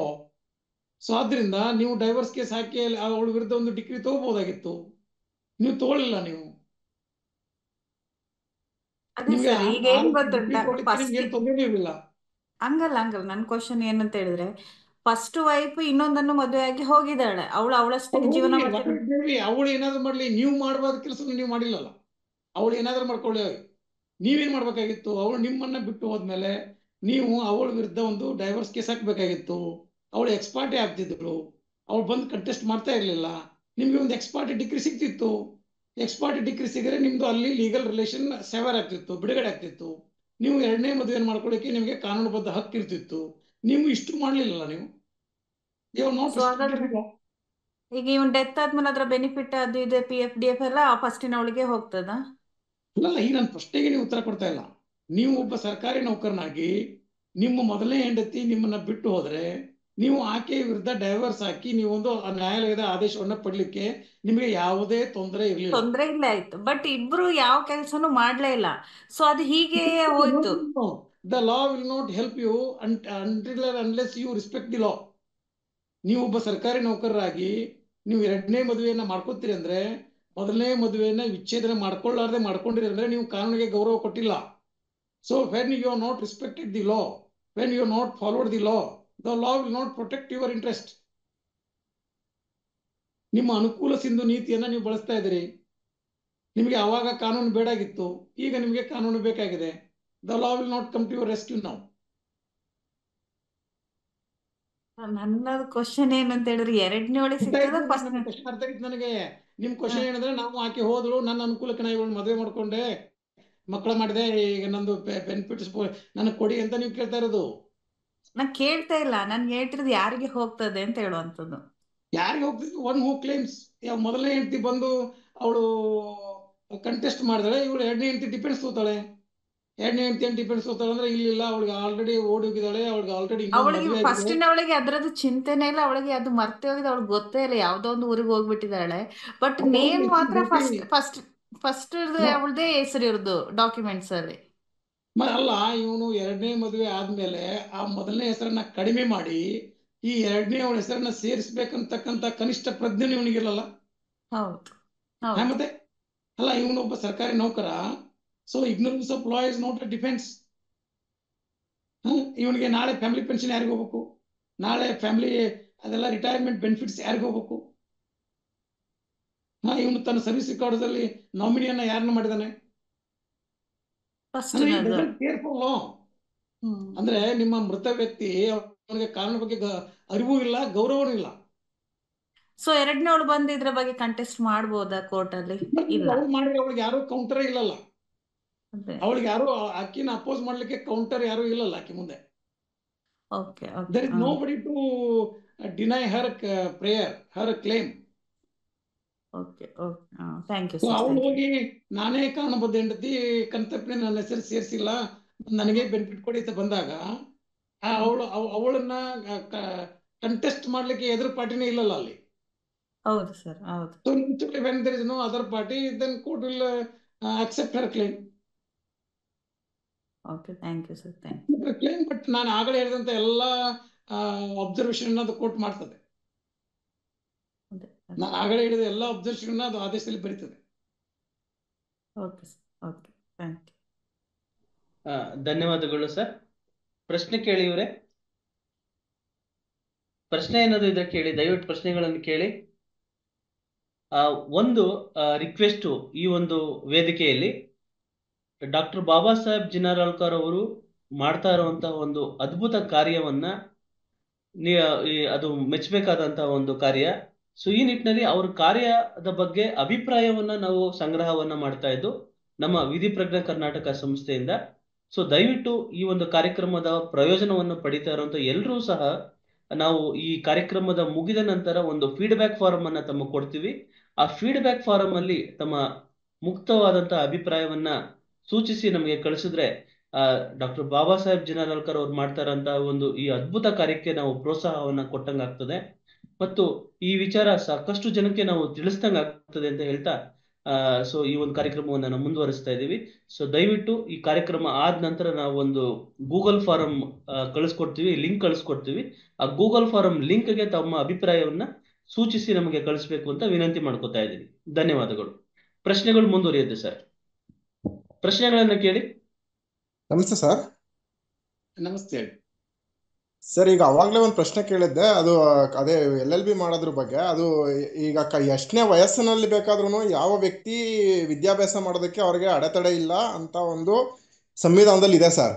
ಆದ್ರೆ ನಮ್ಮ ಡಿಪಾರ್ಟ್ಮೆಂಟ್ ಅಲ್ಲಿ ಅಕಸ್ಮಾತ್ ಪರ್ಮಿಷನ್ ಕೊಡ್ಲಿಲ್ಲ ಅಂತಂದ್ರೆ ಆ ವ್ಯಕ್ತಿ ಅದರಿಂದನ ಮಾಡೋದಕ್ಕೆ ಆಗದೇ ಇಲ್ವಾ? ಅದಕ್ಕೆ ಅವಕಾಶನೇ ಇಲ್ವಾ? ನೀವು ಪರ್ಮಿಷನ್ ಕೇಳಿ, ನೆನಪಲ್ಲೇ ಮಾಡಿ, ಕನ್ವಿನ್ಸ್ ಮಾಡಿ ಸರ್. ಕನ್ವಿನಿಯನ್ಸ್ ಸರ್ ಆಯ್ತು, ಪರ್ಮಿಷನ್ ಕೇಳೋದಕ್ಕೆ ನಾವು 75% ಅಟೆಂಡೆನ್ಸ್ ಬೇಕಾಗುತ್ತೆ. ಅವರು ರೆಗ್ಯುಲರ್ ಕಾಲೇಜ್ ಇರೋದ್ರಿಂದನ ಈವ್ನಿಂಗ್ ಕಾಲೇಜ್ ಆದ್ರೆ ಪರ್ಮಿಷನ್ ಕೊಟ್ಬಿಡೋರು. ರೆಗ್ಯುಲರ್ ಕಾಲೇಜಿಂದ ಆಫೀಸ್ ಕಂಪಲ್ಸರಿ ಅಟೆಂಡ್ ಆಗಬೇಕು. ಆ ಕಡೆ ಕಾಲೇಜಸ್ ಅಲ್ಲ, ನೀವು ದೂರ ಶಿಕ್ಷಣದಲ್ಲಿ ಸಾಧ್ಯತೆ ಅಂತ ಚೆಕ್ ಮಾಡಿ. ದೂರ ಶಿಕ್ಷಣಕ್ಕೂ ರೆಗ್ಯುಲರ್ ಕಾಲೇಜ್ಗೂ ಬಹಳ ವ್ಯತ್ಯಾಸ ಇರುತ್ತಲ್ಲ ಸರ್. ಇದಕ್ಕಿರೋ ವ್ಯಾಲ್ಯೂಗೂ ಅದಕ್ಕಿರೋ ವ್ಯಾಲ್ಯೂಗೂ ಬಹಳ ವ್ಯತ್ಯಾಸ ಇರುತ್ತೆ. ಹಂಗಿದ್ರೆ ಅಂತ ನೀವು ಎಲ್ಲ ಕೊಡಿ. ಅದು ಇದು ಏನದು ಲೀವ್ ವಿದೌಟ್ ಪೇ, ಎಷ್ಟು ವರ್ಷ ಬೇಕು? ಆಯ್ತು ಸರ್, ನನಗೆ ಬೇಕಾಗಿರೋ 75% ಅಟೆಂಡೆನ್ಸ್ ಇರೋದ್ರಿಂದ ನಾನು ಸೆಕೆಂಡ್ ಸಾಟರ್ಡೆ ರಜಾ ಇರುತ್ತೆ, ಆಮೇಲೆ 4th ಸಾಟರ್ಡೆ ರಜಾ ಇರುತ್ತೆ ಅಂತವೆಲ್ಲ ಮೇಕಪ್ ಮಾಡ್ಕೊಂಡು ಆದ್ಮೇಲೆ ಡಬಲ್ ಅಂದ್ರೆ ಸಂಡೇ ಡ್ಯೂಟಿ ಮಾಡ್ಬಿಟ್ಟು ಈ ಕಾಂಪನ್ಸೇಷನ್ ಹಾಲಿಡೇ ಇರುತ್ತಲ್ಲ ಸರ್, ಸಂಡೇ ಡ್ಯೂಟಿ ಮಾಡಿ ಬೇರೆ ದಿನ ರಜಾ ತಗೊಂಡು ನಾನು ಹೆಂಗೋ ಮಾಡಿ 75% ಅಟೆಂಡೆನ್ಸ್ ತಗೊಂಡು ನಾನು ಕೆಲಸ ಮಾಡ್ಬೋದಲ್ಲ, ಓದ್ಬೋದಲ್ಲ? ಮಾಡಿ. ನಿಮ್ ಪರ್ಮಿಷನ್ ತೊಗೊಳ್ಳಿ ಮೊದಲು, ನಿಮ್ ಡಿಪಾರ್ಟ್ಮೆಂಟ್ ನಿಂದ ಮೊದಲು ಪರ್ಮಿಷನ್ ತೊಗೊಳ್ಳಿ. ಅದೇ ಅವ್ರಿಗೆ ಹೆಂಗ್ ಮನವರಿಕೆ ಮಾಡ್ಬೇಕು ಅಂತ ಅವ್ರು, ಯಾಕಂದ್ರೆ ಕೊಡೋದಿಲ್ಲ ಅಂತ ಪರ್ಮಿಷನ್ ಕೊಡೋದಲ್ಲ ಸರ್ ರೆಗ್ಯುಲರ್ ಕಾಲೇಜ್ ಅಂದ್ರೆ ಅಂತ. ನೀವು ಕನ್ವಿನ್ಸ್ ಮಾಡಿ ಅವ್ರಿಗೆ. Okay sir, thank you. Sir, ಇದೇ ಪ್ರಶ್ನೆಗೆ ಕರೆಸ್ಪಾಂಡೆಂಟ್ಗೆ ವ್ಯಾಲ್ಯೂ ಇಲ್ಲಲ್ಲ ಸರ್? ಹಾಗೇನಿಲ್ಲ, ಕರೆಸ್ಪಾಂಡೆಂಟ್ ಡಿಗ್ರಿ ಮಾಡಿದವ್ರಿಗೆ ಗೊತ್ತಿಲ್ಲ IAS ಪಾಸ್ ಆಗಿದ್ದಾರೆ. ಬಟ್ ಆಗತ್ತೆ ಈಗ. ಈಗ LLB ಅಲ್ಲ ಸರ್, LLB ಅಲ್ಲಿ ಕರೆಸ್ಪಾಂಡಿಂಗ್ ಇಲ್ಲ, LLM ಅಲ್ಲಿ ಕರೆಸ್ಪಾಂಡ್ ಇದೆ. ಬಟ್ LLM ಗೆ ವ್ಯಾಲ್ಯೂ ಇಲ್ಲ ಅಂತೇಳಿ ಅದು 2 years ಇಂದ ಸ್ಟಾಪ್ ಆಗಿದೆ ಅಂತ ಹೇಳ್ತಾರೆ. ಆಗತ್ತಲ್ಲ, ವ್ಯಾಲ್ಯೂ ಇದೆಯೋ ಇಲ್ಲೋ ಮುಖ್ಯ ಅಲ್ಲ, ನಿಮ್ಮ ಜ್ಞಾನಾರ್ಜನೆಗಾಗಿ ಓದ್ಬೋದು. ಸರಿ, ಅರ್ಥ ಆಗಿಲ್ಲ. ಅದಕ್ಕೆ ವ್ಯಾಲ್ಯೂ ಇದೆಯೋ ಇಲ್ಲೋ ಅನ್ನೋದು ಬಹಳ ಮುಖ್ಯ ಅಲ್ಲ, ನಿಮ್ಮ ಜ್ಞಾನಾರ್ಜನೆಗಾಗಿ ನೀವು ಓದ್ಬೋದು. ಅಲ್ಲ ಸರ್, LLM ಅದು ಕರೆಕ್ಟ್ ನೀವು ಹೇಳುದು. LLM ಅಂತ ಹೇಳಿದ್ರೆ ಈಗ ಲೆಕ್ಚರಿಂಗ್ ಪೋಸ್ಟಿಗಾದ್ರೂ ಹೋಗ್ಬೋದಲ್ವಾ? ಹೋಗಿ LLM ಪಾಸ್ ಆಗಿ. ಹೌದು ಹೌದು. ಬಟ್ LLM ಈಗ ನನ್ನ ಫ್ರೆಂಡ್ ಒಬ್ಳು ಕರೆಸ್ಪಾಂಡ್ ಮಾಡಿದಾಳೆ LLM, ಬಟ್ ಅವಳಿಗೆ ಅದು ವ್ಯಾಲ್ಯೂ ಇಲ್ಲ ಅಂತೇಳಿ LLB ಬೇಸ್ ಮೇಲೆನೆ ಕೊಟ್ಟಿದ್ದಾರೆ. ಏನ್ ಕೊಟ್ಟಿದ್ದಾರೆ? Lecturing post. ಲೆಕ್ಚರ್ ಆಗ್ಬೇಕಾದ್ರೆ ಮಿನಿಮಮ್ ಎಲಿಜಿಬಿಲಿಟಿ ಒಂದು ಪೋಸ್ಟ್ ಗ್ರಾಜುಯೇಷನ್ ಆಗ್ಬೇಕಲ್ಲ. ಹೌದು ಸರ್, ಪೋಸ್ಟ್ ಟೆಂಪರರಿ ಆಗಿ ಅದು ಅದಕ್ಕೆ you can't get any UGC scale or state government scale. ನಿಮ್ಗೇನೋ ಒಂದು ಕನ್ಸಲ್ಟೇಟ್ ಪೇಮೆಂಟ್ ಕೊಡ್ತಾರೆ ಅವರು. ಹೌದೌದು, ಹಾಗೆ ಆಗಿದೆ. Not secure. ಮತ್ತೆ ಇನ್ನೊಂದು ಹೇಳಿದ್ರೆ 2 years ಇಂದ ಅದು ಸ್ಟಾಪ್ ಬೇರೆ ಆಗಿದೆ LLM. ರೆಗ್ಯುಲರ್ ಆಗಿ ಮಾಡಿ ಹಂಗಾದ್ರೆ. ರೆಗ್ಯುಲರ್ ಕೋರ್ಸ್ ಇದಾವೆ, ರೆಗ್ಯುಲರ್ ಕೋರ್ಸ್ ಮಾಡಿ. Okay sir, thank you. ಒಂದು ಪ್ರಶ್ನೆ ಇದೆ ಸರ್. ಮೋಟಾರ್ ವೆಹಿಕಲ್ ಆಕ್ಸಿಡೆಂಟ್ ಪ್ರಕರಣದಲ್ಲಿ ನಷ್ಟ ಪರಿಹಾರಕ್ಕೆ ಯಾವ ಕೇಸನ್ನು ದಾಖಲಿಸಬೇಕು? ಪೊಲೀಸ್ ಮಾಡುವ ಪ್ರಕರಣದಲ್ಲಿ ನಷ್ಟ ಪರಿಹಾರ ಸಿಗುತ್ತದೆಯೇ ಅಂತ ಪ್ರಶ್ನೆ ಕೇಳಿದ್ದಾರೆ ಸರ್. ಈಗ ಮೋಟಾರ್ ವೆಹಿಕಲ್ ಆಕ್ಸಿಡೆಂಟ್ ಕೇಸ್ಗಳಲ್ಲಿ ಒಂದು ಅಪಘಾತ ಆಗ್ತದೆ. ಅಪಘಾತ ಆದಾಗ ಸಿಂಪಲ್ ಇಂಜುರೀಸ್ ಆಗ್ಬೋದು, ಗ್ರೀವಿಯಸ್ ಇಂಜುರೀಸ್ ಆಗ್ಬೋದು, ಇಲ್ಲವೇ ಆ ವ್ಯಕ್ತಿ ಸಾಯ್ಲೂಬಹುದು. ಸೊ ಅಂತ ಸಂದರ್ಭದಲ್ಲಿ ನ್ಯಾಚುರಲ್ ಆಗಿ ಒಂದು FIR ಆಗ್ತದೆ. FIR ಆದ್ಮೇಲೆ ಚಾರ್ಜ್ ಶೀಟ್ ಆಗ್ತದೆ. ಸೊ ಆ ಟೈಮಲ್ಲಿ ಇವರು ಅದು MUC ಕೇಸನ್ನ ದಾಖಲಿಸಿ ಆ ಗಾಯಗೊಂಡ ವ್ಯಕ್ತಿ ಅಥವಾ ಮೃತನಾದ ವ್ಯಕ್ತಿಗೆ ಇಷ್ಟು ಆದಾಯ ಇತ್ತು ಮತ್ತು ಇಷ್ಟು ಔಷಧೋಪಚಾರ ಖರ್ಚಾಯಿತು. ಸೊ ಈ ಅಪಘಾತದಿಂದಾಗಿ he has lost his limbs. ಅದರಿಂದ ಆತನ ಅರ್ನಿಂಗ್ ಕೆಪಾಸಿಟಿ ಹೋಯ್ತು ಮತ್ತು ಆತನ ಮುಂದಿನ ಫ್ಯೂಚರ್ ಕೂಡ ಹಾಳಾಯಿತು. ಆತ ಅವಿವಾಹಿತ ಆಗಿದ್ದಾರೆ, ಮದುವೆ ಆಗ್ತಕ್ಕಂಥ ಸಾಧ್ಯತೆಗಳು ಕೂಡ ಕಡಿಮೆ ಆದವು ಮತ್ತು ಅವನಿಗೆ ಮುಂದೆ ಉದ್ಯೋಗ ಮಾಡ್ತಕ್ಕಂಥ, ನೌಕರಿ ಮಾಡ್ತಕ್ಕಂಥ ಸಾಧ್ಯತೆಗಳು ಕಡಿಮೆ ಆದವು. So this are all the future loss of income ಮತ್ತು ಅಮ್ಯುನಿಟೀಸ್. ಸೊ ಆತ ಮೊದಲಿನಂಗೆ ಏನೋ ಕೈ ಮುರಿತು, ಕಾಲು ಮುರಿತು ಅಂದ್ರೆ ಮೊದಲಿನಂಗೆ ಆತ ಸರಾಗವಾಗಿ ಜೀವನ ಮಾಡ್ಲಿಕ್ಕೆ ಆಗೋದಿಲ್ಲ. That is loss of amenities. So ಮತ್ತು ಆತ ಇಷ್ಟು ದಿವಸ ಆಸ್ಪತ್ರೆಯಲ್ಲಿದ್ದ, ಆಸ್ಪತ್ರೆ ಖರ್ಚು, ಮೆಡಿಸಿನ್ ಖರ್ಚು ಇದೆಲ್ಲ ಆಧರಿಸಿ ನ್ಯಾಯಾಲಯ ಆತನಿಗೆ ಸೂಕ್ತವಾದಂತಹ ಒಂದು ಪರಿಹಾರವನ್ನು ಕೊಡ್ತದೆ. ಅಲ್ಲಿ ಡ್ರೈವಿಂಗ್ ಲೈಸೆನ್ಸು ಮತ್ತು ಇನ್ಶೂರೆನ್ಸು ವ್ಯಾಲಿಡ್ ಇದ್ರೆ ಇನ್ಶೂರೆನ್ಸ್ ಕಂಪನಿ ಹೊಣೆಗಾರ ಆಗ್ತದೆ. ಮತ್ತು ಇನ್ಶೂರೆನ್ಸು ಚಾಲ್ತಿ ಇರಲಿಲ್ಲ ಅಥವಾ ಡ್ರೈವಿಂಗ್ ಲೈಸೆನ್ಸು ಇರಲಿಲ್ಲ ಅಂದ್ರೆ ಆ ವಾಹನದ ಮಾಲೀಕ ಆ ನಷ್ಟ ಪರಿಹಾರ ಕೊಡ್ತಕ್ಕಂಥ ಜವಾಬ್ದಾರಿಯನ್ನು ಹೊಂದಿರ್ತಾರೆ.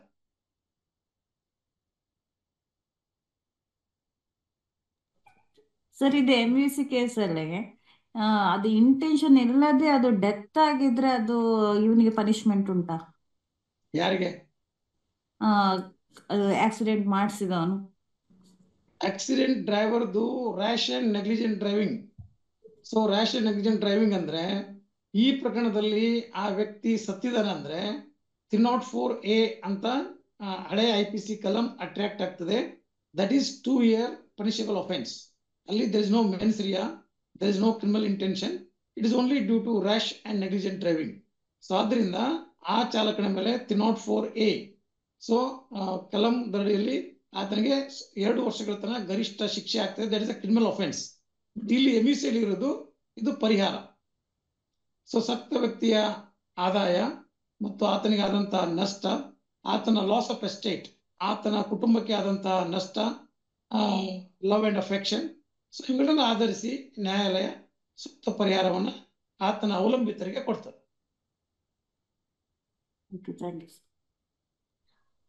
ಧನ್ಯವಾದಗಳು ಸರ್.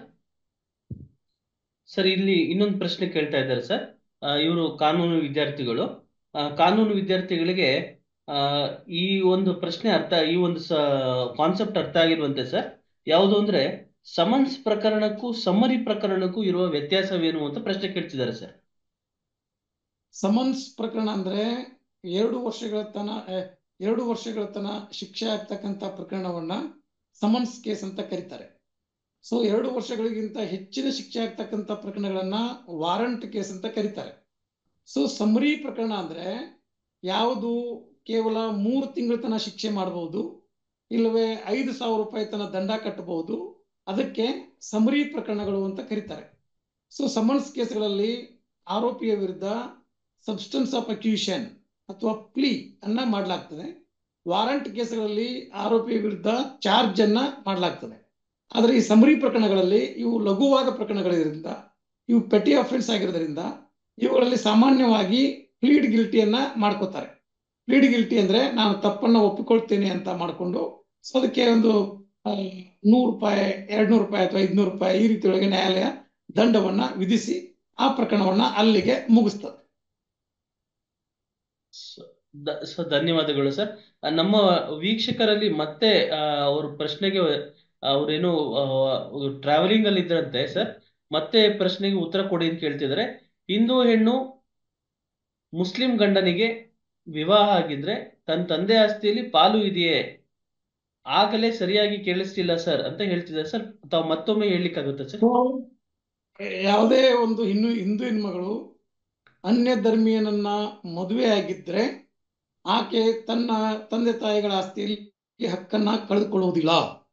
ಆದರೆ ಆಕೆ ಮದುವೆಯಾದ ನಂತರ ಆ ಧರ್ಮಕ್ಕೆ ಮತಾಂತರಗೊಂಡ್ರೆ ಮಾತ್ರ ಆಕೆ ತನ್ನ ಆಸ್ತಿಯಲ್ಲಿ ಹಕ್ಕನ್ನ ಕಳೆದುಕೊಳ್ತಾಳೆ. ಸೊ ಧನ್ಯವಾದಗಳು ಸರ್. ಪ್ರಶ್ನೆ ತಮಗೆ ಉತ್ತರ ದೊರಕ್ತು ಅಂತ ನಾನು ಭಾವಿಸ್ತೀನಿ. ಸರ್ ಮುಂದುವರಿತಾ, ಚಾರ್ಜ್ ಆದ ನಂತರ ಅದನ್ನು ಆಲ್ಟ್ರೇಷನ್ ಮಾಡಬಹುದೇ? ಯಾವ ಸಂದರ್ಭದಲ್ಲಿ ಆರೋಪದ ಸೆಕ್ಷನ್ ಅನ್ನು ಬದಲಾಯಿಸಬಹುದು ಅಂತ ಪ್ರಶ್ನೆ ಕೇಳ್ತಿದ್ದಾರೆ ಸರ್. ಸೆಕ್ಷನ್ 216 ಆಫ್ CRPC ಯಲ್ಲಿ ಚಾರ್ಜ್ ಅನ್ನ ಬದಲಾವಣೆ ಮಾಡಲಿಕ್ಕೆ ನ್ಯಾಯಾಲಯಕ್ಕೆ ಅಧಿಕಾರ ಇದೆ. ಸೊ ಉದಾಹರಣೆಗೆ ಹೇಳ್ಬೇಕಪ್ಪ ಅಂದ್ರೆ, ಈಗ ಗ್ರೀವಿಯಸ್ ಹರ್ಟ್ 326ಗೆ ಚಾರ್ಜ್ ಅನ್ನ ಮಾಡಲಾಗಿತ್ತು. ಆದ್ರೆ ಅಲ್ಲಿ ಎವಿಡೆನ್ಸ್ ನೋಡಲಾಗಿ ಅಲ್ಲಿ ಅಟೆಂಪ್ಟ್ ಟು ಮರ್ಡರ್ 307ಗೆ ಅಲ್ಲೆಲ್ಲ ಸಾಕ್ಷಿ ಬಂತು. ಸೊ ಆದ್ರಿಂದ ಈ 326 ಇದ್ದಂತ ಚಾರ್ಜ್ ಅನ್ನ 307ಗೆ ಕೂಡ ಕನ್ವರ್ಟ್ ಮಾಡಲಿಕ್ಕೆ ಅವಕಾಶ ಇದೆ. ಆದ್ರೆ ಅಗತ್ಯ ಬಿದ್ದರೆ ಹೆಚ್ಚುವರಿ ಸಾಕ್ಷಿಯನ್ನು ಕೂಡ ಮಾಡಿಸ್ಲಿಕ್ಕೆ ಅವಕಾಶ ಇದೆ. ಮತ್ತು ಅಲ್ಟ್ರೇಷನ್ ಆಫ್ ಚಾರ್ಜ್ ಮಾಡಿದ್ದನ್ನ ಆರೋಪಿಗೆ ಓದಿ ಹೇಳ್ತಕ್ಕಂಥ ಜವಾಬ್ದಾರಿ ನ್ಯಾಯಾಲಯಕ್ಕಿದೆ. ಯಾಕೆ ಓದಿ ಹೇಳ್ಬೇಕಂದ್ರೆ, ಇಡೀ ನಮ್ಮ ಕ್ರಿಮಿನಲ್ ಟ್ರಯಲ್ ನಿಂತಿರೋದು ಪ್ರಿನ್ಸಿಪಲ್ಸ್ ಆಫ್ ನ್ಯಾಚುರಲ್ ಜಸ್ಟಿಸ್ ಅಂದ್ರೆ ನೈಸರ್ಗಿಕ ನ್ಯಾಯ ತತ್ವದ ಮೇಲೆ. Audi alteram partem. ಆಡಿಯಲ್ಟ್ರಮ್ ಪಾರ್ಟಮ್ ಅಂದ್ರೆ one should not be condemned unheard ಅಂದ್ರೆ ಯಾವುದೇ ಒಬ್ಬ ವ್ಯಕ್ತಿಗೆ ಸುನಾವಣೆ ಮಾಡಲಾರ್ದ್ರೆ ಆತನಿಗೆ ಶಿಕ್ಷೆಯನ್ನ ನೀಡಬಾರದು ಅಂತ. ಸೊ ಚಾರ್ಜ್ ಅಲ್ಟರ್ ಮಾಡ್ತಕ್ಕಂಥ ಅಧಿಕಾರ ನ್ಯಾಯಾಲಯಕ್ಕೆ ಅಂಡರ್ ಸೆಕ್ಷನ್ 216 ಆಫ್ CRPC ಕೆಳಗೆ ಇದೆ. ಚಾರ್ಜ್ ಅನ್ನ ಅಲ್ಟರ್ ಮಾಡಬಹುದು, ಅದು ತೀರ್ಪು ಆಗೋಕ್ಕಿಂತ ಮುಂಚೆ. ಚಾರ್ಜ್ ಆಲ್ರೆಡಿ ಫ್ರೇಮ್ ಆಗಿರುತ್ತೆ ಸರ್, ಅದಾದ ನಂತರ ತಿರ್ಗಾ ಆಲ್ಟ್ರೇಷನ್ ಮಾಡ್ತಾರಾ ಸರ್, ಹೇಗೆ ಸರ್? ಹೌದು, ಆಲ್ಟ್ರೇಷನ್ ಮಾಡೋದು ಚಾರ್ಜ್ ಆದ ನಂತರವೇನೆ. ಈಗ ಚಾರ್ಜ್ ಶೀಟ್ ಅಲ್ಲಿ ಹೇಳಿದಂತ ಸೆಕ್ಷನ್ಗಳಿಗೆ ನ್ಯಾಯಾಲಯ ಚಾರ್ಜ್ ಅನ್ನ ಮಾಡಿರ್ತದೆ. ಸೊ ಅಲ್ಲಿ ಪ್ರತಿಯೊಂದು ಸೆಕ್ಷನ್ಗಳಿಗೆ ಪ್ರತ್ಯೇಕವಾಗಿ ಚಾರ್ಜ್ ಅನ್ನ ಮಾಡಿರ್ತದೆ. ಚಾರ್ಜ್ ಅನ್ನ ಮಾಡಿ ನ್ಯಾಯಾಲಯ ಟ್ರಯಲ್ ಅನ್ನ ಮಾಡ್ತದೆ. ಆದ್ರೆ ಟ್ರಯಲ್ ಮಾಡುವಾಗ ನ್ಯಾಯಾಲಯದ ಮುಂದೆ ಚಾರ್ಜ್ ಮಾಡೋದಕ್ಕಿಂತನೂ ಹೆಚ್ಚಿನ ಸಾಕ್ಷಿಗಳು ದೊರಕ್ತವೆ ಅಥವಾ ಕಡಿಮೆ ದೊರಕಬಹುದು. ಈಗ ಹೆಚ್ಚಿನ ಸಾಕ್ಷಿಗಳು ದೊರಕಿದಾಗ, ಫಾರ್ ಎಕ್ಸಾಂಪಲ್ ಆಗಲೇ ಹೇಳಿದೆ 326ಗೆ ಒಂದು ಚಾರ್ಜ್ ಮಾಡಿದ್ವಿ ನಾವು ಈಗಾಗಲೇ, ಅಂದ್ರೆ ಗ್ರೀವಿಯಸ್ ಹರ್ಟ್ ಅಂತ ಮಾಡಿದ್ವಿ. ಆದ್ರೆ ನ್ಯಾಯಾಲಯದ ಮುಂದೆ ಬಂದಂತ ಸಾಕ್ಷಿಗಳ ಹೇಳಿಕೆಯನ್ನ ಪರಿಗಣಿಸಿದಾಗ ಅದು 307ಗೆ ಸೂಕ್ತ ಆಗ್ತಕ್ಕಂತ ಸಂದರ್ಭ ಅನಿಸ್ತು. ಆದ್ರಿಂದ ನ್ಯಾಯಾಲಯ 307ಗೆ ಚಾರ್ಜ್ ಅನ್ನ ಫ್ರೇಮ್ ಮಾಡಬಹುದು. ಮತ್ತೆ ಇನ್ನೊಂದು ಪ್ರಕರಣ ಉದಾಹರಣೆ ಕೊಡ್ಬೇಕಂದ್ರೆ, ಈಗ ಒಂದು ಸಿಂಪಲ್ ಹರ್ಟ್ ಕೇಸ್ ಇರ್ತದೆ, 323 ಕೇಸ್ ಇರ್ತದೆ, ಬರೀ 323 or more 324 hurt by weapon. ಆದ್ರೆ ಅಲ್ಲಿ ಏನ್ ಮಾಡಿರ್ತಾರೆ ಅಂದ್ರೆ, ಈ ರಾಜಕೀಯ ಒತ್ತಡದಿಂದಲೋ ಅಥವಾ ಮತ್ತಾವುದೇ ಬಾಹ್ಯ ಪ್ರೆಷರ್ದಿಂದಲೋ ಆ ಆರೋಪಿಗೆ ತೊಂದರೆ ಮಾಡೋ ಸಲುವಾಗಿ ಅವನ ಮೇಲೆ 307 ಬುಕ್ ಮಾಡಿರ್ತಾರೆ. 307 ಬುಕ್ ಮಾಡಿರ್ತಾರೆ. ಆದ್ರೆ ಟ್ರಯಲ್ ಅಲ್ಲಿ ನೋಡಿದಾಗ ಅದು ಕೇವಲ ಸಿಂಪಲ್ ಅಫೆನ್ಸ್ಗೆ ಮಾತ್ರ ಇರ್ತದೆ. ಅಂತ ಟೈಮ್ದಲ್ಲಿ ಆ 307 ಚಾರ್ಜ್ ಅನ್ನ ಡಿಲೀಟ್ ಮಾಡಿ ಇದಕ್ಕೆ ಚಾರ್ಜ್ ಅನ್ನ ಮಾಡ್ಲಿಕ್ಕೆ ಕೂಡ ಅವಕಾಶ ಇದೆ. ಬಟ್ ಈ ಚಾರ್ಜ್ ಅಲ್ಟ್ರೇಷನ್ ಅನ್ನ ತೀರ್ಪು ನೀಡುವ ಮೊದಲೇ ನ್ಯಾಯಾಲಯ ಮಾಡ್ತದೆ. ಸರ್ ಚಾರ್ಜಸ್ ಇನ್ನ ಫ್ರೇಮೇ ಆಗಿರಲ್ಲ ಸರ್, ಆವಾಗ್ಲೇನೆ ಚಾರ್ಜ್ ಶೀಟ್ ನಲ್ಲಿ ಇರುವಂತಹ ಸೆಕ್ಷನ್ ಗಳನ್ನ ಆಧಾರದ ಮೇಲೆ ಬೇರೆ ಸೆಕ್ಷನ್ ಅನ್ನು ಇನ್ವೋಕ್ ಮಾಡಬಹುದಾ sir? Court has got the inherent power. ಈಗ ಪೊಲೀಸರು ಮಾಡಿದಂತ ಸೆಕ್ಷನ್ಗಳನ್ನೇ ನ್ಯಾಯಾಲಯ ರಿಲೈ ಆಗ್ಬೇಕು ಅಂತೇನಿಲ್ಲ. Court has got the inherent power, so court has to scrutinise the charge sheet. ನ್ಯಾಯಾಲಯ ಆ ಚಾರ್ಜ್ ಶೀಟ್ ಅನ್ನ ಪರಿಶೀಲನೆ ಮಾಡ್ತದೆ. ಪರಿಶೀಲನೆ ಮಾಡಿ ಈ ಚಾರ್ಜ್ ಶೀಟ್ ನಲ್ಲಿ ಇರ್ತಕ್ಕಂಥ ಆಪಾದನೆ ಮತ್ತು ಸೆಕ್ಷನ್ 161 ಆಫ್ CRPC ಕೆಳಗೆ ಪಡೆದುಕೊಂಡಂತ ಸಾಕ್ಷಿದಾರರ ಹೇಳಿಕೆಗಳು ಮತ್ತು ಚಾರ್ಜ್ ಶೀಟ್ ನಲ್ಲಿ ಲಭ್ಯವಿರ್ತಕ್ಕಂಥ FSL ರಿಪೋರ್ಟ್ ಇರ್ಬೋದು ಅಥವಾ ಮೆಡಿಕಲ್ ರಿಪೋರ್ಟ್ ಇರ್ಬೋದು, ಇವೆಲ್ಲವುಗಳನ್ನ ಆಧರಿಸಿ ಯಾವ ಸೆಕ್ಷನ್ ಅಟ್ರಾಕ್ಟ್ ಆಗ್ತದೆ ಅನ್ನೋದನ್ನ ನ್ಯಾಯಾಲಯ ನಿರ್ಧರಿಸ್ತದೆ. ಸೊ ಆದ್ರಿಂದ ಚಾರ್ಜ್ ಶೀಟ್ ನಲ್ಲಿ ಲಭ್ಯವಿರ್ತಕ್ಕಂಥ ಮಟೀರಿಯಲ್ ಅನ್ನ ಆಧರಿಸಿ ನ್ಯಾಯಾಲಯ ಚಾರ್ಜ್ ಅನ್ನ ಫ್ರೇಮ್ ಮಾಡ್ತಕ್ಕಂಥ ಎಲ್ಲ ಅಧಿಕಾರವನ್ನ ಹೊಂದಿದೆ. ಧನ್ಯವಾದಗಳು ಸರ್. ಪ್ರಶ್ನೆ ಕೇಳಿ ಎಸ್ ಅನ್ನೋರು ಒಬ್ರು ಹ್ಯಾಂಡ್ ರೈಸ್ ಮಾಡಿದ್ದಾರೆ. ಸರ್ ನೀವೀಗ ಹಾಗೆ ಹೇಳಿದಾಗೆ ಇದು ಪ್ರಶ್ನೆ ಕೇಳಿ ಮೇಡಮ್. ಸರ್ ನಮಸ್ತೆ, ಒಂದು ಪ್ರಶ್ನೆ ಇತ್ತು ಸರ್. ಕೇಳಿ, ಪ್ರಶ್ನೆ ಕೇಳಿ ಸರ್. ಎಸ್ಸಿ ಜನಾಂಗಕ್ಕೆ ಯೋಜನೆಯಡಿ ಭೂಮಿನ ಕೊಟ್ಟಿರ್ತಾರೆ ಸುಮಾರು 30 ವರ್ಷಗಳ ಹಿಂದೆ. ಅದನ್ನೇ ಎಸ್ಸಿ ಜನಾಂಗ ಅವರು ಖರೀದಿ ಮಾಡಬಹುದು ಸರ್? ಅದು PTCL ಆಕ್ಟ್ ಕೆಳಗೆ ಬರ್ತದೆ. ಯಾಕಂದ್ರೆ ನೀವು ST ಜನಾಂಗಕ್ಕೆ ಅದು ಸರ್ಕಾರದಿಂದ ಆದಂತ grant. So that will fall under the granted land. So ಅದು ಗ್ರಾಂಟೆಡ್ ಲ್ಯಾಂಡ್ ಅಂತಕ್ಕಂಥ ಪರಿಭಾಷೆ ಒಳಗೆ ಅದು ಬರ್ತದೆ. ಸೊ ಆದ್ರಿಂದ ಮೊದಲು 15 ವರ್ಷ ಅದನ್ನ ಪರಭಾರೆ ಮಾಡಬಾರ್ದು, 20 ವರ್ಷ ಪರಭಾರೆ ಮಾಡಬಾರ್ದು. ಅಂದ್ರೆ ಪರಭಾರೆ ಆ ಅವಧಿಯೊಳಗೆ ಮಾಡೋದಾದ್ರೆ DC ಇಂದ ಅಥವಾ ಸರ್ಕಾರದಿಂದ ಪೂರ್ವಾನುಮತಿಯನ್ನ ಪಡೆದುಕೊಳ್ಬೇಕು ಅಂತ ಈ ರೀತಿ ಎಲ್ಲ ಇತ್ತು. ಆದ್ರೆ ಈಗ ಕಳೆದ ವರ್ಷ ಕರ್ನಾಟಕ ಸರ್ಕಾರ PTCL ಕಾನೂನಿಗೆ ತಿದ್ದುಪಡಿಯನ್ನ ಮಾಡಿ ಲಿಮಿಟೇಷನ್ ಅನ್ನ ತೆಗೆದುಹಾಕಿದೆ. ಸೊ ಆದ್ರಿಂದ ಈ ಗ್ರಾಂಟೆಡ್ ಲ್ಯಾಂಡ್ ಅನ್ನ ಯಾರಾದ್ರೂ ಫಲಾನುಭವಿಗಳು ಅದನ್ನ ಮಾರಿದ್ರೆ ಕೊಂಡವನಿಗೆ ವ್ಯಾಲಿಡ್ ಟೈಟಲ್ ಪಾಸ್ ಆಗಲ್ಲ. ಸೊ ಮಾರಿದವನು ಅಥವಾ ಅವನ ವಾರಸುದಾರರು AC ಕಚೇರಿಯ ಮುಂದೆ ಹೋಗಿ ಕೇಸು ಹಾಕಿದ್ರೆ ಅದು ರಿಸ್ಟೋರೇಷನ್. ಸೊ ಅದು ಮೂಲ ಗ್ರಾಂಟಿಗೆ ಅದನ್ನ ವಾಪಸ್ಸು ಸರ್ಕಾರ ಕೊಡಿಸ್ತದೆ. ಅದು PTCL ಕಾನೂನು. ಓಕೆ ಸರ್, ಹಾಗಿದ್ರೆ ಅದನ್ನ ಜಮೀನ ಕೊಂಡ್ಕೊಳ್ಳೋದು ಅಷ್ಟು ಸೂಕ್ತ ಅಲ್ಲ ಅಂತ ನಮ್ಮ ಸಜೆಷನ್ ಅಲ್ವಾ ಸರ್? ಇಲ್ಲ, ನೀವು ಕೊಂಡ ಜಮೀನ ನಿಮಗೆ ಟೈಟಲ್ ಪಾಸ್ ಆಗಲ್ಲ. ಟೈಟಲ್ ಪಾಸ್ ಆಗಲ್ಲ. You will not become the lawful owner of that property. So ಮಾರಿದವನಾಗ್ಲಿ ಅಥವಾ ಅವನ ವಾರಸದಾರಾಗ್ಲಿ AC ಮುಂದೆ ಹೋಗಿ ಕೇಸ್ ಹಾಕಿದ್ರೆ, ಸೊ ಯಾರು ಕೊಂಡಿರ್ತಾನೆ ಅವನಿಂದ ಆ ಜಮೀನನ್ನ ವಶಪಡಿಸಿಕೊಂಡು ಮೂಲ ಗ್ರಾಂಟಿಗೆ ಸರ್ಕಾರ ಹಸ್ತಾಂತರ ಮಾಡ್ತದೆ. ಅದಕ್ಕೆ PTCL ಕಾನೂನು. ಪ್ರಶ್ನೆ ಕೇಳಿ.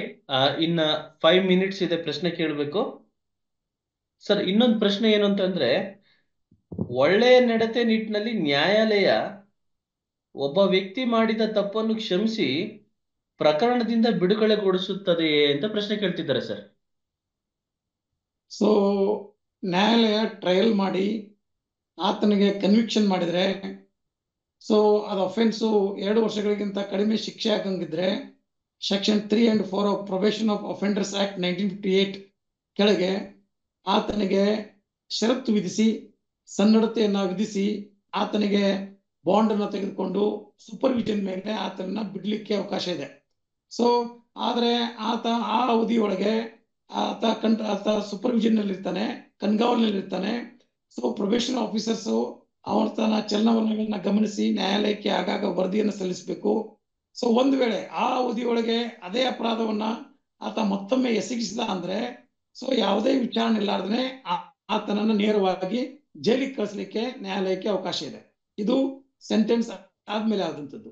ಮತ್ತೆ ಇನ್ನೊಂದು ಸನ್ನಡತೆ ಅಂದ್ರೆ, ಈಗ ಜೈಲುಗಳಲ್ಲಿ ಇರ್ತಕ್ಕಂಥ ಕೈದಿಗಳು, ಸೊ ಅವರು ಅಲ್ಲಿ ಯಾವುದೇ ಗಲಾಟೆ ಮಾಡಲಾರ್ದನೆ, ಯಾವುದೇ ಅಪರಾಧವನ್ನು ಎಸಗಲಾರ್ದನೆ ಅವರು ಅಲ್ಲಿ ಸನ್ನಡತೆ, ಸಚ್ಚಾರಿತ್ರ್ಯವನ್ನ ಅವರು ಪ್ರದರ್ಶಿಸಿದರೆ, ಸೊ ಅವಧಿ ಪೂರ್ವ ಬಿಡುಗಡೆ ಮಾಡತಕ್ಕಂಥ ಸಾಧ್ಯತೆಗಳು ಸರ್ಕಾರ ಅದನ್ನ ಮಾಡ್ತದೆ.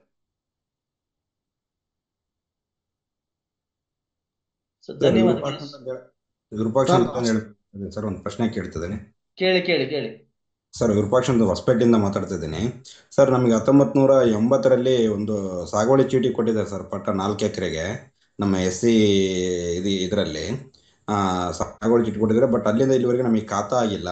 ಇವಾಗ ಖಾತಾ ಮಾಡಿಕೊಡ್ರಿ ಅಂದರೆ ನೀವು ಸೈಟಲ್ಲಿ ಇಲ್ಲ, ನೀವು ಸಾಗುವಳಿ ಮಾಡ್ತಾ ಇಲ್ಲ ಅನ್ನೋದು ಒಂದು ಇದು ಹೇಳ್ತಾ ಇದ್ದಾರೆ ಸರ್. ನಾವು ಅದೇ ನಮ್ಗೆ ಏನು ಕೊಟ್ಟಿದ್ದಾರೆ ಅದೇ ಸರ್ವೆ ನಂಬರ್ನಲ್ಲಿ ಆಜು ಬಾಜುನಾಗ ಸ್ವಲ್ಪ ಸಾಗುವಳಿ ಇದೀವಿ ಸರ್. ನಾವು ಇವಾಗ ನಾವು ಪ್ರತಿ ಬಾರಿನೂ ನಾವು ಸಾಗುವಳಿ ಇದೀವಿ, ನಮಗೆ ಖಾತಾ ಮಾಡಿಕೊಡ್ರಿ ಅಂತ ಹಾಕಿದಂಗೆಲ್ಲನೇ ನೀವು ಆ ಸೈಟ್ನಾಗಿಲ್ಲ, ನಿಮಗೆ ಮಾಡ್ಕೊಡಕ್ ಬರಂಗಿಲ್ಲ, ಹಂಗೆ ಹಿಂಗೆ ಅಂತಂದೇಳಿ ಎಂಡೋಸ್ಮೆಂಟ್ ಕೊಡ್ತಿದ್ದಾರೆ ಸರ್ ತಹಸೀಲ್ದಾರ್ ಆಫೀಸ್ ಕಡೆಯಿಂದ.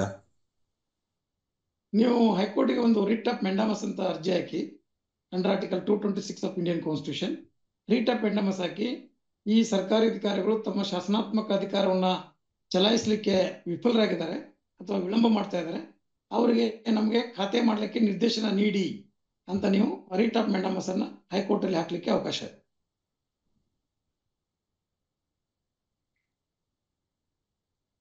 ಸರ್ ಇದು ಈಕ್ವಲ್ ರೈಟ್ ಅಂತ ಹೇಳಿ ಇದೆ ಅಲ್ಲ ಸರ್, ಹೆಂಗಸರಿಗೂ ಸಹ ಮಹಿಳೆಯರಿಗೆ ಕೂಡ ಅದು ಆಸ್ತಿ ಹಕ್ಕು ಇದೆ ಅಂತ ಹೇಳಿ, ಅದು ಎಲ್ಲ ಧರ್ಮದವರಿಗೆ ಅಥವಾ ಹಿಂದೂ ಧರ್ಮಕ್ಕೆ ಮಾತ್ರವಾ ಆಸ್ತಿ ಹಕ್ಕಿರುವಂತದ್ದು?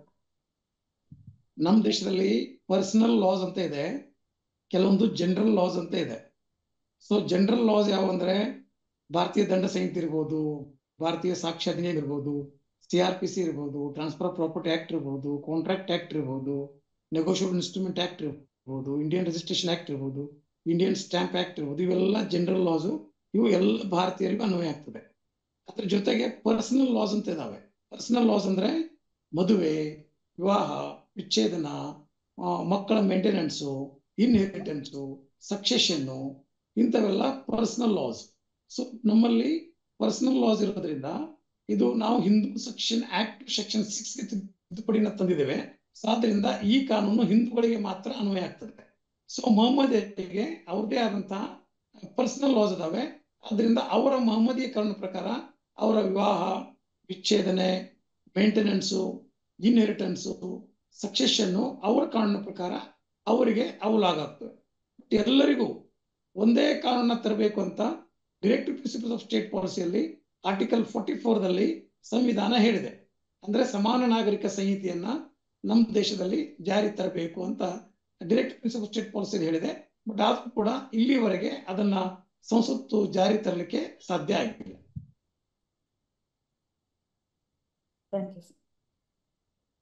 ಸರ್ ಒಂದು ಪ್ರಶ್ನೆ ಇದೆ ಸರ್. 1971-72 ಇಸ್ವಿಯಲ್ಲಿ ನಮ್ಮ ಹಿರಿಯರು ಆಸ್ತಿ ವಿಭಾಗ ಮಾಡಿಕೊಂಡಿದ್ದಾರೆ, ಆದ್ರೆ ಅದು ರಿಜಿಸ್ಟರ್ ಮಾಡ್ಕೊಂಡಿಲ್ಲ. ಬೇರೆಯವರು ಆ ಜಾಗದಲ್ಲಿ ಕಬ್ಜಾ ಮಾಡಿದ್ದಾರೆ. ನಾವು ಯಾವ ಕ್ರಮ ತೆಗೆದುಕೊಳ್ಳಬೇಕು? ಪತ್ರಗಳು ನಮ್ಮ ಹತ್ತಿರ ಇದೆ ಅಂತ ಹೇಳ್ತಿದ್ದಾರೆ ಸರ್. ಅಂದ್ರೆ ಅವರು they have to file declaratory and injection suit. ಅವರು ಡಿಕ್ಲರೇಷನ್ ಅಂದ್ರೆ ಘೋಷಣಾತ್ಮಕ ದಾವೆ ಮತ್ತು ಪೊಸೆಷನ್ ಸ್ವಾಧೀನ ಪಡಿತಕ್ಕಂಥ ದಾವೆ ಮತ್ತು ಪರ್ಮನೆಂಟ್ ಇಂಜೆಕ್ಷನ್ ಮತ್ತು ಕಾಯಂ ಪ್ರತಿಬಂಧಕಾಜ್ಞೆ ಕೋರಿ ದಾವೆ ಹೂಡಬೇಕು. ಆ ದಾವೆಯಲ್ಲಿ ಇದನ್ನ ಫ್ಯಾಕ್ಟ್ಸ್ ಅನ್ನ ಹೇಳ್ಬೇಕು. ಇದು ನಮ್ಮ ಸ್ವತ್ತು, ನಮ್ಮ ಪಿತ್ರಾರ್ಜಿತ ಸ್ವತ್ತು, ನಮ್ಮ ಪಾಲಿಗೆ ಬಂದ ಸ್ವತ್ತು, ನಾವು ಸ್ವಾಧೀನದಲ್ಲಿದ್ದೇವೆ, ನಮ್ಗೆ ಅಡಚಣೆ ಮಾಡ್ತಾ ಇದಾರೆ, ನಮ್ಗೆ ಹಸ್ತಕ್ಷೇಪ ಮಾಡ್ತಾ ಇದಾರೆ, ಅವರ ವಿರುದ್ಧ ಇಂಜೆಕ್ಷನ್ ಕೊಡಿ, ಇಲ್ಲವೇ ಅವ್ರು ಏನಾದ್ರು ಒಂದಿಷ್ಟು ಎನ್ಕ್ರೋಚ್ ಮಾಡಿದ್ರೆ ಅದನ್ನ ಬಿಡಿಸಿ ಕೊಡಿ, ಪೊಸಿಷನ್ ಅಂತ ಅವರು ದಾವೆ ಹಾಕ್ಲಿಕ್ಕೆ ಅವಕಾಶ ಇದೆ. ಧನ್ಯವಾದಗಳು ಸರ್. ಕೊನೆಯ ಪ್ರಶ್ನೆ ಯಾರಾದ್ರೂ ಕೇಳೋದಿದ್ರೆ ದಯವಿಟ್ಟು ಪ್ರಶ್ನೆಯನ್ನ ಕೇಳಿ. ನಮಸ್ತೆ ಸರ್. ಮೊಬೈಲ್ ಆಪ್ ಇಂದನ 25,000 ಲೋನ್ ತಗೊಂಡಿರ್ತಾರೆ ಸರ್. ಈಗ ಪೊಲೀಸ್ ಸ್ಟೇಷನ್ ಇಂದ ಕಾಲ್ ಮಾಡ್ಬಿಟ್ಟು 1 ಲಕ್ಷ ದುಡ್ಡು ಕಟ್ಟೋದಿದೆ, ನಿಮ್ಗೆ ನಾಳೆ ಕೋರ್ಟಿಗೆ ಬರಬೇಕು ಅಂತ ಹೇಳ್ತಾ ಇರ್ತಾರೆ. ಇದಕ್ಕೆ ಅದು ಜಸ್ಟ್ ಒಂದು ಕ್ಲಿಕ್ ಇಂದ ಬಂದಿರತಕ್ಕಂಥ ಅಮೌಂಟ್ ಆಗಿರುತ್ತೆ ಸರ್. ಅದನ್ನ ನಾವು ಅದು ಲಾಟ್ ಆಫ್ ಇಂಟ್ರೆಸ್ಟ್ ಅಂದ್ರೆ ಒಂದು 15% ಮೋರ್ ದೆನ್ ಇಂಟ್ರೆಸ್ಟ್ ಹಾಕಿ ಈ ತರ ಮಾಡಿರುವಾಗ ನಾವು ಅದಕ್ಕೆ ಯಾವ ತರ ಇದು ಇದೆ ಸರ್? ಅಲ್ಲ, ನೀವು ಸಾಲ ಕಟ್ಟಿಲ್ಲ ಅಂದ್ರೆ ನಿಮ್ ವಿರುದ್ಧ ರಿಕವರಿ ಆಫ್ ಸೂಟ್ ಹಾಕ್ಬೇಕು. ರಿಕವರಿ ಆಫ್ ಸೂಟ್ ಹಾಕಿಲ್ಲ, ಆ ಸೂಟ್ ಡಿಕ್ರಿ ಆಗಿಲ್ಲ, ಮತ್ತೆ ನಿಮ್ಗೆ ಆತ ಯಾವ ಆಧಾರದ ಮೇಲೆ ಒಮ್ಮೆ ಅವನು ಎಕ್ಸಿಕ್ಯೂಷನ್ ಕೇಳ್ತಾ ಇದ್ದಾನೆ, ದುಡ್ಡು ಕಟ್ಟಂತ ಇದ್ದಾನೆ, ಆತ ನ್ಯಾಯಾಲಯಕ್ಕೆ ಹೋಗಿ ನಿಮ್ ದಾವೆ ಯಾಕಂತ ಹೇಳಿ. ಅದೇ ಅವ್ರು ಕೋರ್ಟ್ಗೆ ಬರಬೇಕು ಅಂತ ಪೊಲೀಸ್ ಸ್ಟೇಷನ್ ಇಂದ ಫೋನ್ ಮಾಡಿದ್ರಂತೆ ಸರ್. ಇದ್ರಲ್ಲಿ ಪೊಲೀಸರಿಗೆ ಏನೋ ಸಂಬಂಧ ಇಲ್ಲ, ಇದು ಸಿವಿಲ್ ಕೇಸ್, ಇದು ಪೊಲೀಸರಿಗೆ ಯಾವುದೇ ಪಾತ್ರವೇ ಇಲ್ಲ. ನೋಟಿಸ್ ಬರಬೇಕು, ಪಾರ್ಟಿಗೆ ನೋಟಿಸ್ ಬರಬೇಕು, ಆಮೇಲೆ ಕೋರ್ಟ್ಗೆ ಹೋಗ್ಬೇಕಲ್ಲ ಸರ್. ಅದು ಪೊಲೀಸ್ ಸ್ಟೇಷನ್ ರಿಕವರಿ ಸೂಟ್ ಹಾಕ್ಬೇಕು. Okay okay sir. ನ್ಯಾಯಾಲಯದಲ್ಲಿ ಒಂದೇನ್ ಕೇಸ್ ಇದೆ, ನಾನು ಇವ್ನು ಸಾಲ ಕೊಟ್ಟಿದ್ದೆ, ಇಷ್ಟು ಬಡ್ಡಿ ಇತ್ತು, ಈತ ಓಕೆ ಡಿಫಾಲ್ಟರ್ ಆದ, ಈಗ ಎಲ್ಲ ಸೇರಿ ಇಷ್ಟಾಗಿದೆ, ಇದನ್ನ ವಸೂಲು ಮಾಡಿ ಕೊಡಿ ಅಂತ ಆತ ನ್ಯಾಯಾಲಯಕ್ಕೆ ಕೋರ್ಟ್ ಫೀಸ್ ಕಟ್ಟಿ ಹಾಕ್ಬೇಕು, ಸಿವಿಲ್ ಸೂಟ್ ಅದು. ಸೊ ಆದ್ರಿಂದ ಈ ಪ್ರಕರಣದಲ್ಲಿ ಪೊಲೀಸರದ್ದು ಯಾವುದೇ ಪಾತ್ರವೇ ಇಲ್ಲ. ಸೊ ಅವನು ಬಡ್ಡಿ ಹೇಳಿ ಆತ ನ್ಯಾಯಾಲಯಕ್ಕೆ ಸೂಟ್ ಹಾಕ್ಲಿ, ದಾವೆ ಹಾಕ್ಲಿ, ನ್ಯಾಯಾಲಯದಿಂದ ನೋಟಿಸ್ ಬಂದ್ರೆ ನಾವಲ್ಲಿ ವಕೀಲ ಮುಖಾಂತರ ಹಾಜರಾಗಿ ನಾವು ನಮ್ಮ ಪ್ರತಿವಾದ ಪತ್ರನ ಸಲ್ಲಿಸ್ತೀವಿ ಅಂತ ನೀವು ಹೇಳಿ. Okay sir. ಈಗ ಅವನು ಏನಾದ್ರು ಬಡ್ಡಿ ಕೇಳ್ತಾ ಇದ್ದಾನೆ ಅಂದ್ರೆ ಅವನು ಲೈಸೆನ್ಸ್ ತಗೊಂಡಿರ್ಬೇಕಾ ಸರ್ ಅದು ಬಡ್ಡಿ ಕೊಡೋದಕ್ಕೆ, ಅಥವಾ ಯಾರು ಬೇಕಾದ್ರೂ ಬಡ್ಡಿ ಹೇಳ್ಕೊಳ್ಳಿ, ಅದನ್ನ ನೀವು ಡಿಫೆನ್ಸ್ ಹೇಳ್ಕೊಳ್ಳಿ. ಅವ್ನಿಗೆ ಲೈಸೆನ್ಸ್ ಇಲ್ಲ, ಅವನು ರೇಟ್ ಆಫ್ ಇಂಟ್ರೆಸ್ಟ್ ಹೈ ಮಾಡಿದಾನೆ, ಎಕ್ಸಾರ್ಬಿಟೆಂಟ್ ರೇಟ್ ಆಫ್ ಇದೆ, ಇಂಟ್ರೆಸ್ಟ್ ಇದೆ, ಅಷ್ಟು ನಾವು ಕೊಡಕ್ಕಿಲ್ಲ ಅಂತ ನಿಮ್ಮ WS ಅಲ್ಲಿ ರಿಟರ್ನ್ ಸ್ಟೇಟ್ಮೆಂಟ್ ಅಲ್ಲಿ ಹೇಳ್ಕೊಳ್ಳಿ ಅದನ್ನೆಲ್ಲ. Okay okay sir. ಅವರು FIR ಮಾಡಿಸ್ಬೋದಾ ಸರ್ ಅದನ್ನ, ಈ ತರ ಹಿಂಗೆ ದುಡ್ಡು ಇಸ್ಕೊಂಡು ಆಪಿಂದ ಲೋನ್ ತಗೊಂಡಿದ್ದಾರೆ, ಅದು ದುಡ್ಡು ಕಟ್ಟಿಲ್ಲ ಅಂತ ಪೊಲೀಸ್ ಸ್ಟೇಷನ್ ಅಲ್ಲಿ FIR ಮಾಡ್ಬೋದಾ ಸರ್ ಅದನ್ನ? ಇದರಲ್ಲಿ ಪೊಲೀಸರಿಗೆ ರೋಲೇ ಇಲ್ಲ. This is not A criminal case, this is ಮತ್ತೆ ಸಿವಿಲ್ ಅವ್ರು ಕೇಸ್. ಪೊಲೀಸರು ಇದರಿಂದ ಫೋನ್ ಸುಮ್ನೆ ಮಾಡ್ತಾ ಇರ್ತಾರೆ ಅಂದ್ರೆ ಅವರು ಅದೇ ಮ್ಯೂಚುವಲ್. ನಿಮ್ಮ ವಕೀಲ ಕರ್ಕೊಂಡು ಹೇಳಿ, ಓಕೆ ಓಕೆ ಸರ್. ಅವ್ನು ಏನಾದ್ರು ನನ್ನ ಕಡೆ ದುಡ್ಡು ವಸೂಲು ಮಾಡಿದ್ರೆ ಕೋರ್ಟ್ಗೆ ಹೋಗಿ ದಾವೆ ಹಾಕ್ಲಿ ಅಂತ ಹೇಳಿ. Okay okay sir, thank you sir. ತುಂಬಾ ಧನ್ಯವಾದಗಳು ಸರ್. ನಿಮ್ಮ ಚೆನ್ನಾಗಿ ಎಲ್ಲರಿಗೂ ಸಜೆಷನ್ ಕೊಟ್ಟಿದ್ದಕ್ಕೆ ಬಹಳಷ್ಟು ಜನಗಳಿಗೆಲ್ಲ ಅನುಕೂಲ ಆಗ್ತಾ ಇದೆ. ತುಂಬಾ ತುಂಬಾ ಧನ್ಯವಾದಗಳು ಸರ್. ಧನ್ಯವಾದಗಳು ದಿನೇಶ್ ಅವರೇ. ಬಹಳ ಒಂದು ಅದ್ಭುತವಾದಂತಹ ಒಂದು ಪ್ರಶಂಸೆಯ ನುಡಿಯನ್ನ ಸಾಹೇಬ್ರಿಗೆ ತಾವು ಹೇಳಿದ್ರಿ. ಈ ಒಂದು ಕಾರ್ಯಕ್ರಮದಿಂದ ಸಾಕಷ್ಟು ಜನರಿಗೆ ಅನುಕೂಲ ಆಗ್ತಾ ಇದೆ.